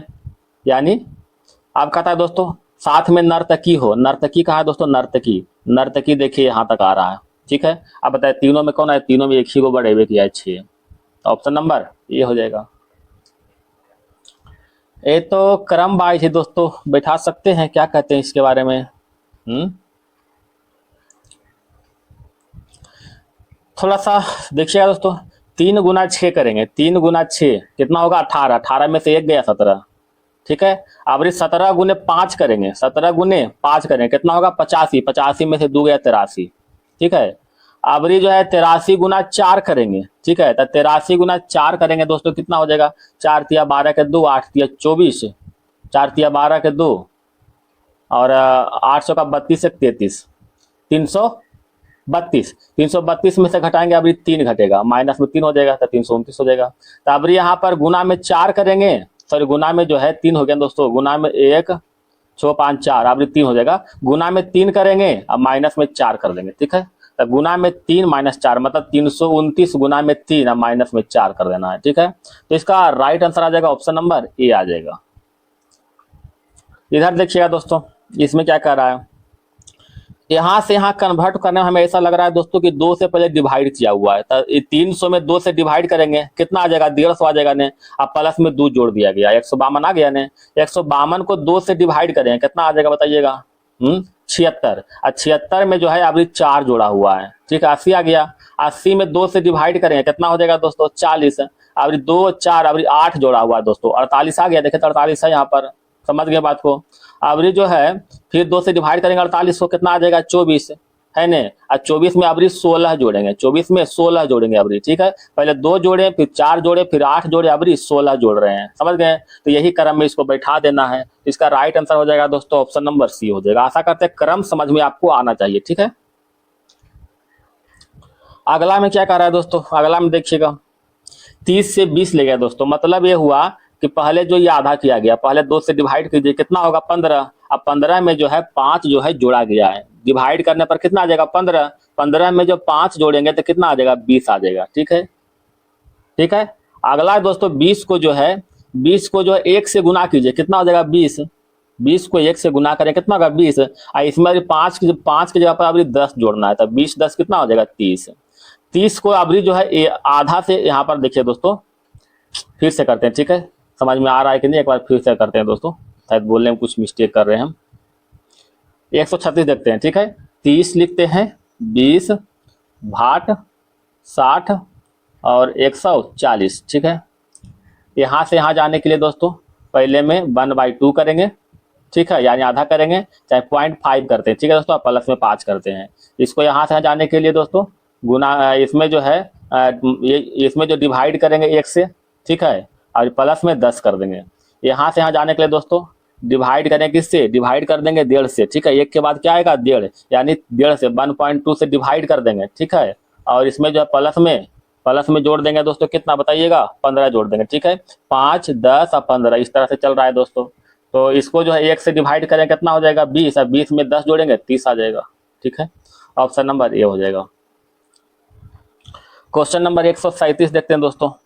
137 में क्या कर रहा है ध्यान दीजिएगा। 214 इधर 179 दिया हुआ, देख रहे हैं दोस्तों, यही क्रम में हमें लगता है कि जा रहा है दोस्तों, देखे तो है कि नहीं। तो 214 में जो है कितना घट रहा है दोस्तों, देखिए तो 79 और 79 5 84 यानी 35 घट रहा है दोस्तों, समझ गए। यहाँ भी देखिए जो है 35 घट रहा है, यहाँ भी 35 घट रहा है। तो अगला जो आएगा दोस्तों ये भी 35 घटेगा, तो 35 घटाइए। तो 9 में से 5 गया 4 हो रहा है, 4 एक में है ये दोस्तों, ऑप्शन नंबर डी। 38 में देखिए कहता है सभी चांदी सोना है, सभी चांदी जो है सोना के अंतर्गत है। सोना, कोई सोना प्लेटिनम नहीं है, कोई सोना जो है प्लेटिनम नहीं है। कहता कुछ सोना चांदी है, कुछ सोना चांदी है, बिल्कुल है। ठीक है, कुछ चांदी प्लेटिनम है, बिल्कुल नहीं है, एकदम खत्म। ये केवल एक निष्कर्ष जो है ऑप्शन नंबर डी सही होगा। क्वेश्चन नंबर 139 देखते हैं दोस्तों। कहता एक बालक अपने पिता को ढूंढ रहा है और 90 मीटर पूरब की ओर जाकर दाएं घूमता है। 90 मीटर पूरब जाता है, उसके बाद दाएं घूमता है और 20 मीटर चलता है, और वह 20 मीटर चलता है। 20 चला, ये 90 चला। ठीक है, फिर दाएं मुड़ता है और अपने चाचा के घर 30 मीटर चलकर, चाचा के घर 30 मीटर चलता है दोस्तों, समझ गए। कहता वहां पिता नहीं मिले तो यहाँ से 100 मीटर दूर उत्तर चलता है, 100 मीटर दूर उत्तर चलता है। ठीक है, उसे उसके पिता एक गली में मिले, मतलब गली में मिला मतलब यहाँ पर मिला पिता उसको। तो कहता आरंभिक स्थान से, आरंभिक स्थान ये है दोस्तों, इसके पिता की दूरी क्या होगा, देखिएगा ये टोटल यहाँ से यहाँ तक है दोस्तों, यहाँ से यहाँ तक 100 मीटर है। इसमें ए वाला दूरी जो है 20 मीटर है, तो ये कितना बचेगा दोस्तों, ये वाला दूरी बताइएगा, ये दूरी कितना बचेगा, ये दूरी तो कितना हो जाएगा 80 बचेगा, है कि नहीं, 80 बचेगा। यहाँ से यहाँ तक दोस्तों 90 मीटर है, 90 में से जो है 30 मीटर ये वाला है दोस्तों, 30 मीटर ये वाला, तो बताइए कितना बचेगा, ये जो है 60 बचेगा। ठीक है, तब यहाँ से डिस्टेंस मिला दीजिए दोस्तों, डिस्टेंस यही डिस्टेंस निकालना है। ठीक है, अब पाइथागोरस प्रमेय से इसको हल कीजिएगा, तो आप जानते हैं दोस्तों इसको काट देते हैं, 20 तिया 60, 20 चौका 80। ठीक है, तो 3 4 5 आप जानते हैं पाइथागोरस प्रमेय। ठीक है, आप हल कर सकते हैं, तो 60 हो गया, 80 हो गया, इधर 50 हो जाएगा। 3 4 5 मतलब कितना होगा दोस्तों, देख लीजिएगा 80, तो यहाँ 100 हो जाएगा दोस्तों। ठीक है, 50 नहीं होगा, 100 हो जाएगा। 3 4 5 मतलब 20 25 100 गुना 20 करना है ना यहाँ पर, क्योंकि यहाँ पर 20 से डिवाइड सब किए हैं, 20 से डिवाइड किए हैं, तो 20 से गुना हो जाएगा यहाँ पर ना। आप पाइथागोरस प्रमेय लगाइएगा, 100 आ जाएगा। ठीक है, तो ऑप्शन नंबर बी हो जाएगा। क्वेश्चन नंबर बढ़ते हैं दोस्तों 40 की ओर। 40 में कह रहा है दोस्तों कि दर्पण प्रतिबिंब क्या होगा। ठीक है, पहले तो ये वाला पॉइंट नीचे हो जाएगा, तो नीचे वाला पॉइंट में 1 के 2 गो है ये है। ठीक है, और ये देख रहे मुंह जो है करने होगा दोस्तों, ये मुंह जो है इधर की ओर हो जाएगा अभी। ठीक है, तो मुंह इधर की ओर देख रहे हैं, इधर ऑप्शन नंबर बी हो जाएगा। क्वेश्चन नंबर 141 की ओर आते हैं। हला ये फिगर है दोस्तों, आशा करते हैं ये सभी कर लीजिए आपको। तो इसका राइट आंसर होगा दोस्तों, इसको कितना हो जाएगा दोस्तों, ऑप्शन नंबर सी हो जाएगा। ठीक है, इसका राइट आंसर। क्वेश्चन नंबर आते हैं 142 की ओर। 42 में क्या कर रहा है दोस्तों, देख रहे हैं सभी का इधर जो मुंह है खुला वाला, ये खुला वाला है, यहाँ भी खुला हुआ है, यहाँ खुला, यहाँ देखिए बंद में पड़ा हुआ है ना। एक हो जाएगा ऑप्शन नंबर ए। ये सब हल्का है दोस्तों, आप बना सकते हैं। कहता है इसमें जो है कौन सा एडजस्ट होता है, ठीक है, तो एडजस्ट देखना है। आप देख रहे ये जो है ये वाला देखिए दोस्तों, ये लंबा है लेकिन इसमें पहला में छोटा दिया हुआ है, इसके हिसाब से आप देख रहे दिख रहा है इसे भी। इसमें देखिए सबसे लंबा हो रहा है, इससे भी लंबा हो रहा है, ये भी गलत हो गया। इसमें लग रहा है दोस्तों कि बराबर है कि नहीं, इसमें तो एकदम लंबा हो रहा है दोस्तों, ये भी कैंसिल हो जाएगा, तो ऑप्शन नंबर सी हो जाएगा, ठीक है। क्वेश्चन नंबर आइएगा दोस्तों 144 की ओर। ये तो मोड़ा गया दोस्तों, ठीक है, पहले इसको काटा गया दोस्तों, इसको यहाँ से यहाँ मोड़ दिया गया है, फिर जब ये बचा इसको यहाँ से यहाँ मोड़ दिया गया है, ठीक है, उसके बाद इधर से इधर मोड़ दिया गया है, समझ गए। और यहाँ पर जो है कट लगाया गया है, तो इसको जब हम खोलेंगे तो ऐसे बनेगा दोस्तों, ठीक है, तो दोनों पट्टी कट हो जाएगा दोस्तों, समझ गए। यानी नीचे में जो है एगो यहाँ पर कट लग जाएगा, तो ऐसा ऐसा एगो नहीं 4 गो होगा, समझ गए। टोटल कितना होगा 4 हो जाएगा, ठीक है। तो 4 होगा तो 4 वाला देख लीजिए कौन 4 दोस्तों, ओकरे में बीच में आ रहा है, ध्यान दीजिएगा बीच में आ रहा है।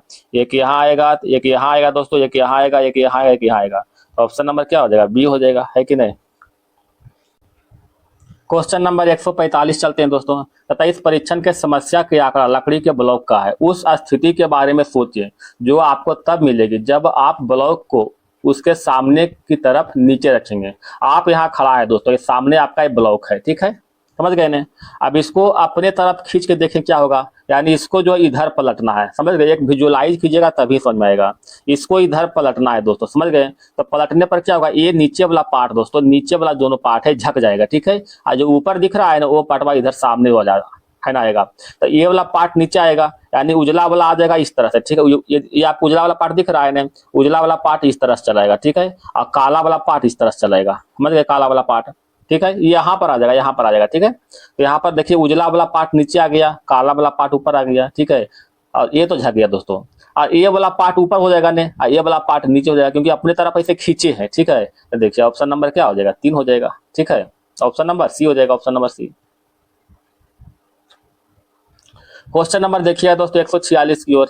इसमें कहते ये सभी जोड़ करके जो है एक आकृति बनाया गया है, जोड़ के देखिए दोस्तों, ठीक है। अगर हम ये वाला इसमें पार्ट ले, इसमें देखिए इसमें क्या कर रहा है दोस्तों, इसमें 2 ट्रायंगल दिया हुआ है, ठीक है। तो 2 ट्रायंगल, तो यहाँ पर देखिए ट्रायंगल एगो तो है दोस्तों, ये देखिए इस तरह से घुरा हुआ ट्रायंगल, ये तो कैंसिल हो जाएगा दोस्तों, ठीक है। बाकी ट्रायंगल यहाँ भी है, यहाँ भी है, और यहाँ भी है, सब में ट्रायंगल दिया हुआ है ना, समझ रहे हैं ना, सब में ट्रायंगल जो है दिया हुआ है। अच्छा इसमें जो है दोस्तों ये वाला आप आकृति आप देख रहे हैं, ये वाला आकृति, ठीक है, ये आकृति इसमें देखिए बहुत छोटा सा है, ये कैंसिल हो जाएगा। इसमें भी जो है बहुत सा छोटा दिया, देखिए बहुत जीरो है, देख रहे जीरो है, कैंसिल हो जाएगा। इसमें देखिए एक ही गो है कि बड़ा आकृति में है, ठीक है, और इसमें तो बड़ा आकृति था, ये तो पहले ही कैंसिल हो गया ट्रायंगल में, तो ऑप्शन नंबर डी हो जाएगा, ठीक है। डी कहाँ है दोस्तों, option number D. Question number 147 देखिए दोस्तों। कथा नीचे दी गई आकृति को 3 वर्गों में समूहित कीजिए जिसमें प्रत्येक आकृति का उपयोग केवल एक बार किया जाए, ठीक है। ऑप्शन से चेक कीजिए दोस्तों। कहता 1 5, 1 5 देखे तो 1 और 5, 1 5 में कोई समानता दिख रहा है, देखे तो यहाँ पर लाइन खींचा हुआ है, यहाँ पर देखे लाइन खींचा हुआ, ये नहीं कैंसिल हो गया, नहीं तो ठीक है। 1 5 समानता नहीं हुआ। 3 6, 3 6 देखिएगा दोस्तों, 3 और 6 यहाँ पर देखिएगा है, 3 6 में समानता दिख रहा है। आप अगर यहाँ पर गौर से देखते तो इसके बीच में जो बिंदु डाला हुआ, देख रहे बिंदु डाला हुआ, देखिए इसको हटाते हैं, ठीक है, देखिए बिंदु दिखा, बिंदु है, बिंदु डाला हुआ है, इसमें बिंदु है ही नहीं है, समझ गए बात को, इसमें बिंदु है ही नहीं। दूसरी बात दोस्तों नीचे में देखिए, आप नीचे यहाँ पर इस लाइन में देखिए, इस लाइन में देखिए अंतर दिख रहा है, अंतर है, सेम नहीं है, कैंसिल हो गया है कि नहीं। 5 8 देखिए, 5 8, ये 5 हो गया, ये 8 हो गया, इसमें देखिए बिल्कुल समान, आप कहाँ कहीं भी कुछ दिख सकता है, बिल्कुल समान है, तो ऑप्शन नंबर सी हो जाएगा। 148 देखिए दोस्तों। कहता ये वाला आकृति इसमें निहित होना चाहिए, ठीक है। ये देखिए इसको हम ऐसे करते हैं, ऐसे ऐसे ऐसे फिर ऐसे बरसो, सेम टू सेम देखिए यहाँ पर यह ऐसे गया दोस्तों, यह देखिए ए हो गया, ऑप्शन नंबर 1 हो जाएगा। क्वेश्चन नंबर 149 देखिएगा दोस्तों। 149 में करा दोस्तों, इसको 90 डिग्री जो है टर्न कर रहे हैं, इधर से इधर कर रहे हैं, तो 90 टर्न करेंगे दोस्तों, तो यहाँ पर ये ऐसे दिया हो दोस्तों, इसको टर्न करेंगे तो क्या हो जाएगा, टर्न करेंगे तो ऐसे बन जाएगा, ठीक है, इधर सामने हो जाएगा, समझ गए बात को। तो इस तरह का आकृति पहले कहाँ है दोस्तों, इस तरह आकृति देखो, 1 जो और 2 गो में दिख रहा है ना, 2 गो में दिखिए रहा इस तरह आकृति, समझ गए बात को। अच्छा जब इसको टर्न करेंगे, इस आकृति को टर्न करेंगे दोस्तों, तो ये वाला मुहा कहाँ आ जाएगा, यहाँ पर आ जाएगा, समझ गए। अगला में कहाँ, यहाँ पर आ जाएगा ने, यानी इसको इस तरह से बन जाएगा, ठीक है। इसको हम यहाँ लाते हैं तो बनेगा इस तरह से, ऐसे फिर ऐसे फिर ऐसे बनेगा। तो इस तरह आकृति इसमें तो है नहीं दोस्तों, देख रहे हैं, इसी में केवल है, तो ऑप्शन नंबर बी हो जाएगा, है कि नहीं। क्वेश्चन नंबर देखिए दोस्तों 50 में, क्या दिया 50 में, ये वर्ग वाला है दोस्तों, ये खासकर पूछे अधिकांशतः सेट में आपको मिलेगा ही। इसमें कुछ करना है दोस्तों, ठीक है, इसमें सब एक ही तरह क्वेश्चन आता है, DARE है, ठीक है, तो इसमें मिलाना है। पहला तो दिया हुआ D, ठीक है, इसको खासकर ऑप्शन से चलना है। देखिएगा दोस्तों, यहाँ 3 दिया हुआ ने, तो 3 और 3, 3 और 3, 3, एक सेकंड, 3 यहाँ है दोस्तों, यहाँ से लेकर चलते हैं, 3 यहाँ है, देखिए कहाँ कट रहा है दोस्तों, D में।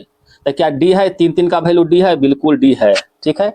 अगला है दोस्तों 7 8 है, ठीक है, तो 7 यहाँ हो गया दोस्तों, और 8 कहाँ है, देखिए 8 यहाँ है, 8 यहाँ है, कहाँ कट रहा है, L पर। क्या L है यहाँ पर, L नहीं, कैंसिल हो गया, पहला कैंसिल हो गया, ठीक है। तो इसी तरह से इसको देखिएगा दोस्तों, अगर हम 4 4 देखते हैं दोस्तों, 4 4, तो इसको पहले मिटाते हैं थोड़ा सा, ठीक है। तो 4 इधर देखिए 4, क्या D पर कट रहा है, देखिए D पर, यहाँ पर D हो जाएगा। 8 5 है, 8 इधर से 5 A है दोस्तों, तो यहाँ पर A हो जाएगा। 3 4 है, 3 इधर 4, 3 और 4 तो कट ये रहा है, ठीक है, R हो जाएगा ना, यहाँ पर R दिया हुआ, R हो जाएगा। 6 5 इधर देखिए 6 हो गया, इधर 5 हो गया, कहाँ E पर कट रहा है, E हो जाएगा। क्या DARE यहाँ पर था, देखिए तो DARE है ना, अतः option number C is right answer. अरे क्वेश्चन तो समाप्त हो गया दोस्तों। अगर वीडियो पसंद आए तो एक लाइक जरूर कीजिएगा दोस्तों। धन्यवाद, आपका दिन शुभ हो।